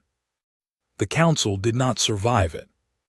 A government that has lost 400,000 warships and the largest fleet in its history, that has had its capital's guns taken by an enemy who then spared the capital out of what could only be called disdain, does not survive with its authority intact, and the Council of the Sethric Ascendancy dissolved within the year, its members retiring or falling or simply ceasing to be obeyed, because the thing that had made them obeyed, the certainty that they always knew what they were doing, that the index stood behind every order, was gone, and an official of the ascendancy without the index behind him was only a person giving opinions, and the empire had never learned to obey persons. It had only ever obeyed the record. Carvesing, keeper of the tally's ring, did not stand trial, because there was no one left with the authority to try him and no law written for what he had done. And this was itself a mark of the empire's disease, that a man who had nearly killed 1 billion souls could not be judged, because judging him would have required admitting that the office of the keeper had been given too much and trusted too far, and admitting that would have required correcting a very old line in the book. He kept the archive for another 2 years, a hollowed old man among the stacks, and then one morning he simply did not wake, and Ondine, who had come to visit him more often than she could have explained to anyone, found him among the records he had loved more than the living, and thought that it was the death he had wanted at Ansimer and had been denied, and that the universe had a cold sense of the fitting. She entered his death in the ledger in her own hand. She got it right. It was the last service she could do for a man who had been what all of them had been, and had only had it worse. The ninefold wall was never rebuilt. The master of the yards, old Ravik, who had built it and watched it die and stood in the council and said aloud that there was no bigger number, refused every proposal to raise a new border fleet, and his refusal held, because he was the only official left whose word still carried weight, and it carried weight precisely because he had been the first to say the thing everyone knew. "We will not spend another 400,000 hulls learning the same lesson," Ravik said, to anyone who proposed a new wall. "The lesson is learned. The border was never the thing that kept us safe. What kept us safe was reading the galaxy correctly, and we stopped doing that, and no number of ships will do it for us. If you want to defend the Empire, do not build me a fleet. Fix the book." And they did not build the fleet, and the shipyards of Kale, which had built warships without a break for 600 years, turned to other work, and the Medun Reach stayed open and empty, a 300 light-year monument to the truth that no wall is as strong as an accurate record, and no fleet as safe as the habit of looking twice. The people who had stood under the Armada carried it differently, each of them, and the Empire was made of them, and so the Empire changed one soul at a time. Senna Ol, the young gunner who had fired 11 rounds from the moon of Ithkar and watched them do nothing, did not go back to the border batteries when the war ended, because there were no border batteries to go back to, and because the human soldier who had spared her had said a thing she could not put down. You have to come this far for 3,000 people nobody would miss, or the number stops meaning anything. She left the garrison service and went, of all places, to Kesh, to the restored drift colonies at the edge of the map, where the Ascendancy, as part of the arrangement Ondine had written into the ledger, maintained a small mission of aid and apology, and Senna Ol spent the rest of her working life there, among the human colonists her empire had once processed, learning their struck and restored names. Because she had decided that the only way to make 11 rounds fired at the sky mean anything was to spend a life on the far end of the thing they had failed to stop. Palm, the gunner from the Ansek's Oath who had lived because the human weapon had killed his ship too cleanly to kill all of it, never crewed a gun again. He could not.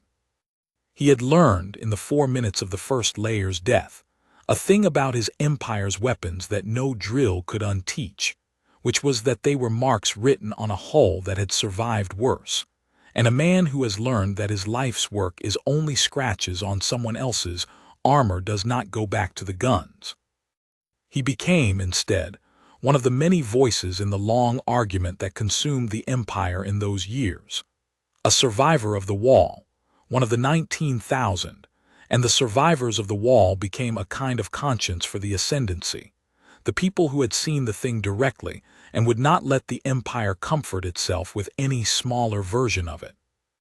When officials tried to say the border force had suffered reverses, the survivors said the wall is gone, all of it, and it cost them nothing.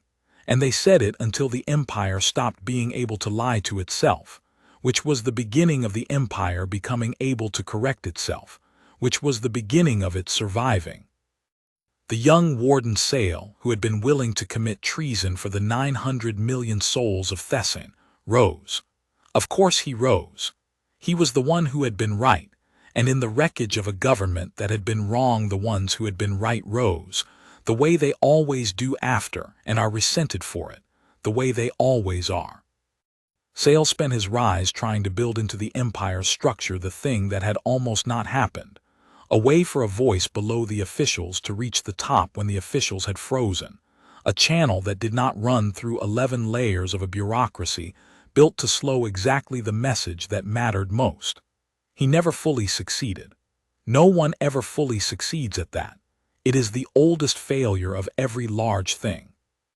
But he made it better than it had been, and the making better was itself the proof that the empire had changed, because the old ascendancy had not believed a voice below the officials could ever be worth hearing, and the new one had learned, at the cost of 400,000 hulls, that the whole war had turned on exactly such a voice, a boy on a rock, logging honestly, whom the system had trained to delete himself.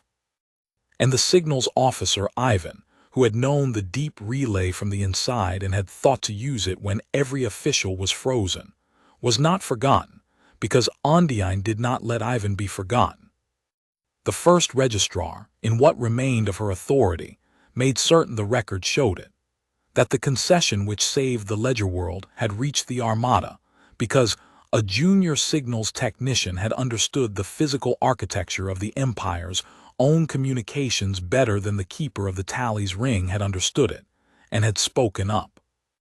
Ondine wrote Ivan's name into the ledger beside the account of those days, and she did it deliberately, as a kind of argument in the shape of a record, because she had understood the deepest lesson of the whole disaster, and she meant to build it into the book itself.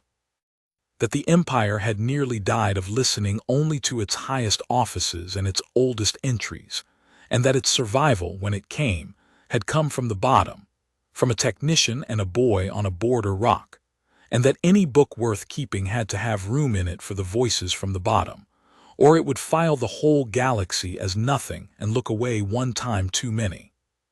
Sethal Ondine spent the last 11 years of her life rebuilding the index, and it was the hardest thing she had ever done, harder than surviving the war, because the war had at least been clear, and this was not. Rebuilding the index meant persuading 11,000 years of method to admit it had a flaw at its foundation, and method does not want to admit that, and the officials who lived by method wanted it even less, and Ondine fought them the whole way, an old registrar spending the last authority of her office on an argument most of the empire would rather not have. The flaw was not in the ratings. The ratings had mostly been correct. That was the cruelty of it. The flaw was in the assumption underneath the ratings, the belief that a thing rated once stayed what it was rated, that the survey of 400 years ago described the power of today, that a null was a null forever. The old index had no column for change. It measured what a thing was at the moment of survey and filed the measurement as permanent, and it worked for 11,000 years, because almost nothing in the settled galaxy changed fast enough to break the assumption. Humanity had broken it. And Ondine understood that the humans were not a special case to be handled and set aside. They were a proof that the assumption itself was false, that somewhere in the 10,000 species of the index, there might be others rising in the blind spots, and that the Empire's whole method of knowing the galaxy had to be rebuilt around the one thing it had never measured, which was the rate at which a thing became something else. So she built the new columns. It took years and it was resisted at every step, but Ondine had one argument that no official could answer, and she used it without mercy: 400,000 hulls. Every time a high registrar told her the old method had served for 11,000 years, she asked how many warships 11,000 years of the old method had cost the Empire in a single month, and the number ended the conversation, because the number was true, and the Empire, whatever else the war had done to it, had learned again to be stopped by a true number. She built into the index a requirement that no rating was permanent, that every entry carried a date and a mandate to resurvey, that the species filed as nothing were resurveyed most often of all rather than least, because the nothing at the edge of the map was precisely where the next humanity would rise, in exactly the neglect that the old method had reserved for the things it thought beneath its interest. She inverted the Empire's oldest instinct. The old index had looked hardest at the powers it feared and ignored the ones it disdained. The new index looked hardest at the ones it was tempted to ignore, because Ondiine had learned at the cost of everything that the thing you disdain is the thing you stop watching, and the thing you stop watching is the thing that crosses 400,000 ships to teach you its name. The new method proved itself within her own lifetime, and it was the proving that finally silenced the last of the officials who had resisted it. In the 9th year after the Armada, one of the resurveys the new index mandated, a routine second look at a species the old book had filed at 0, a slow people on a poor world that no one had thought about in 300 years, came back wrong. Not catastrophically wrong, not another humanity, but wrong. The slow people had built more than the old rating allowed, quietly, in the neglect the old method would have left them in forever, and the new survey caught it while it was still small, and the Empire adjusted, calmly in time, without a single hull lost. A junior auditor found it, flagged it, and was believed, and the whole affair passed almost without notice. A small correction entered in a steady hand. And that, Ondiine thought when the report crossed her desk, was the entire victory, not the drama of it, the dullness of it. An empire that could catch a rising power while it was still small and adjust without a war was an empire that had learned the thing the humans crossed 400,000 ships to teach, and the proof that it had learned was that the lesson had become boring, a line of routine, a survey that came back wrong and was simply believed. She did not finish it. No one finishes rebuilding a civilization's mind. You only start it well enough that it cannot be stopped, and Ondiine started it well enough. When she died, 11 years after the Armada, the new index was law, resisted still in 100 quiet offices but law, and the empire that had rated humanity null had become, slowly, painfully, the only empire in the settled galaxy that reread its own book, and that was a thing no fleet could have made it, and that the human fleet had made it without meaning to, simply by being the category error that the old book could not survive. And there was one entry Sethal Ondiine did not write herself, though she could have, though the office was hers and the right was hers. The entry for humanity, she left it. She left it deliberately for 11 years, a blank space at the place in the new index where the most important lesson in 11,000 years belonged. And when officials asked her why the human entry stood empty when everything else had been rewritten, she said only that it was not hers to write, that she had been the one who disregarded them, and it would not be right for the same hand to file them again, and that she was keeping the entry for someone who had earned it. She did not say who. She only made certain in the last provisions of her office that when the time came, the writing of humanity's entry in the tally's ring would fall to a particular auditor by name, and that no one could take it from him. Vorin Isk came to the tally's ring 20 years after the war, an old man himself by then, to write the entry that Sethal Ondiine had left blank for him, and that he had spent 20 years not feeling worthy of. The Empire had done to him, at first, exactly what Commander Rail had predicted. There had been suspicion, a junior auditor who had spoken for the whole ascendancy on a border rock, whose voice the enemy had trusted by name, was not a hero to a government that had lost. He was a question it did not want to answer, a reminder that the system had been saved by the one soul it had trained to delete itself. He had been investigated. He had been quietly moved and moved again, kept from advancement by officials who could not have said exactly what he had done wrong, except that he had been right when they were wrong. which is the one thing a failing institution can never forgive. He might have ended his life that way, a border auditor grown old in obscure postings, if Ondine had not found him, if the first registrar in the years of rebuilding the index had not gone looking for the boy from HFY and found the man he had become and understood that she was looking at the living proof of everything she was trying to build, the voice from the bottom that the Empire had nearly thrown away, and drawn him up out of the obscure postings and into the work of the new index, where an auditor who logged honestly and could not be trained to look away was worth more than any office. He had worked on the new index for the last years of her life, and he had learned it from her. And when she died and the blank space came to him with his name on it, Voron Isk understood at last what she had left him, and why, and he was not certain he could bear it. He bore it. He came to the Tally's Ring, to the great terminal at the heart of the archive where the ledger of the Sethric ascendancy could be written, the same archive where a mad old keeper had once sealed himself to die, and a young human commander had once made him write 3,000 names, and Voron Isk, old auditor, the boy who had logged the first warning and nearly deleted it, sat down to write the entry for humanity. He did not write a number. That was the first thing he had decided, years before, and the years had not changed his mind. The old index would have wanted a number, a rating, a weight, a place on the scale from 9 to 0, and there had been long arguments in the offices about what humanity's number should be, whether they were a 9, whether the scale needed a new value above 9, how you rated a power that had crossed 400,000 ships while holding back. Voron Isk had listened to all of it and had understood that the arguments were the disease itself, the old instinct reaching for the old comfort, the belief that if you could just find the right number you would be safe. There was no right number. That was the whole of what the humans had taught. A number was a measurement of what a thing was, and humanity's entire lesson was that what a thing was told you nothing certain about what it would become. And so he did not write a number, because a number would have been a lie, and the one thing the new index was for was to stop the Empire from lying to itself.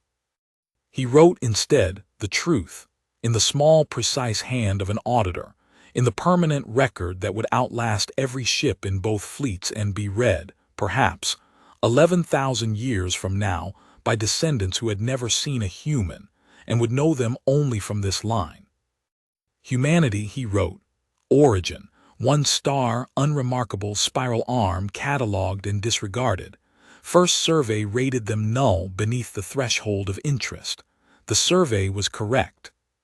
400 years later, they crossed the Empire end to end and were not correct any longer, and the difference between those two truths is the only thing about them worth recording.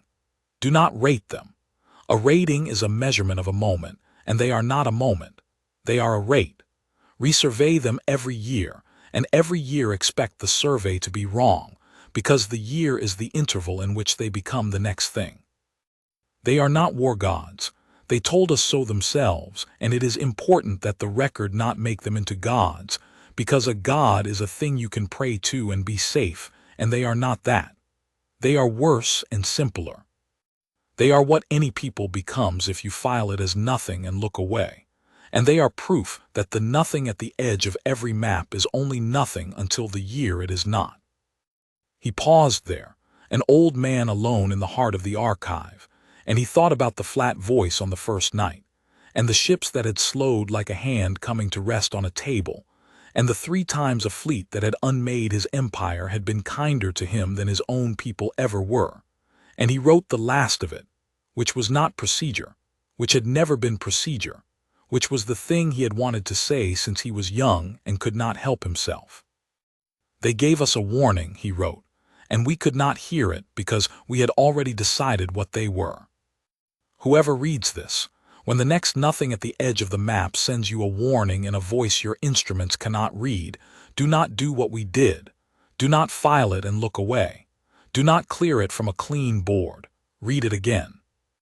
Read it as though the thing that sent it might be changing faster than your book can hold, because someday, somewhere, one of them will be, And the whole of what we learned at the cost of 400,000 ships and the pride of 11,000 years is this. The record is not there to tell you that you already know. The record is there to make you look twice at the thing you were certain of. We forgot that. They reminded us. This entry is the reminder kept, so that the empire that comes after us will not need 400,000 ships to learn it again. Voron Isk entered the line into the tally's ring, and got it right, and closed the terminal, and sat for a long while in the quiet of the archive at the heart of the empire that had once trained a frightened boy to delete a warning, and had been saved in the end, by the one time he did not. Then he rose, an old auditor at the end of a long life, and he did the thing the human commander had told him to do 20 years before, the thing he had never quite gotten around to. He left the archive. He left the ledger world.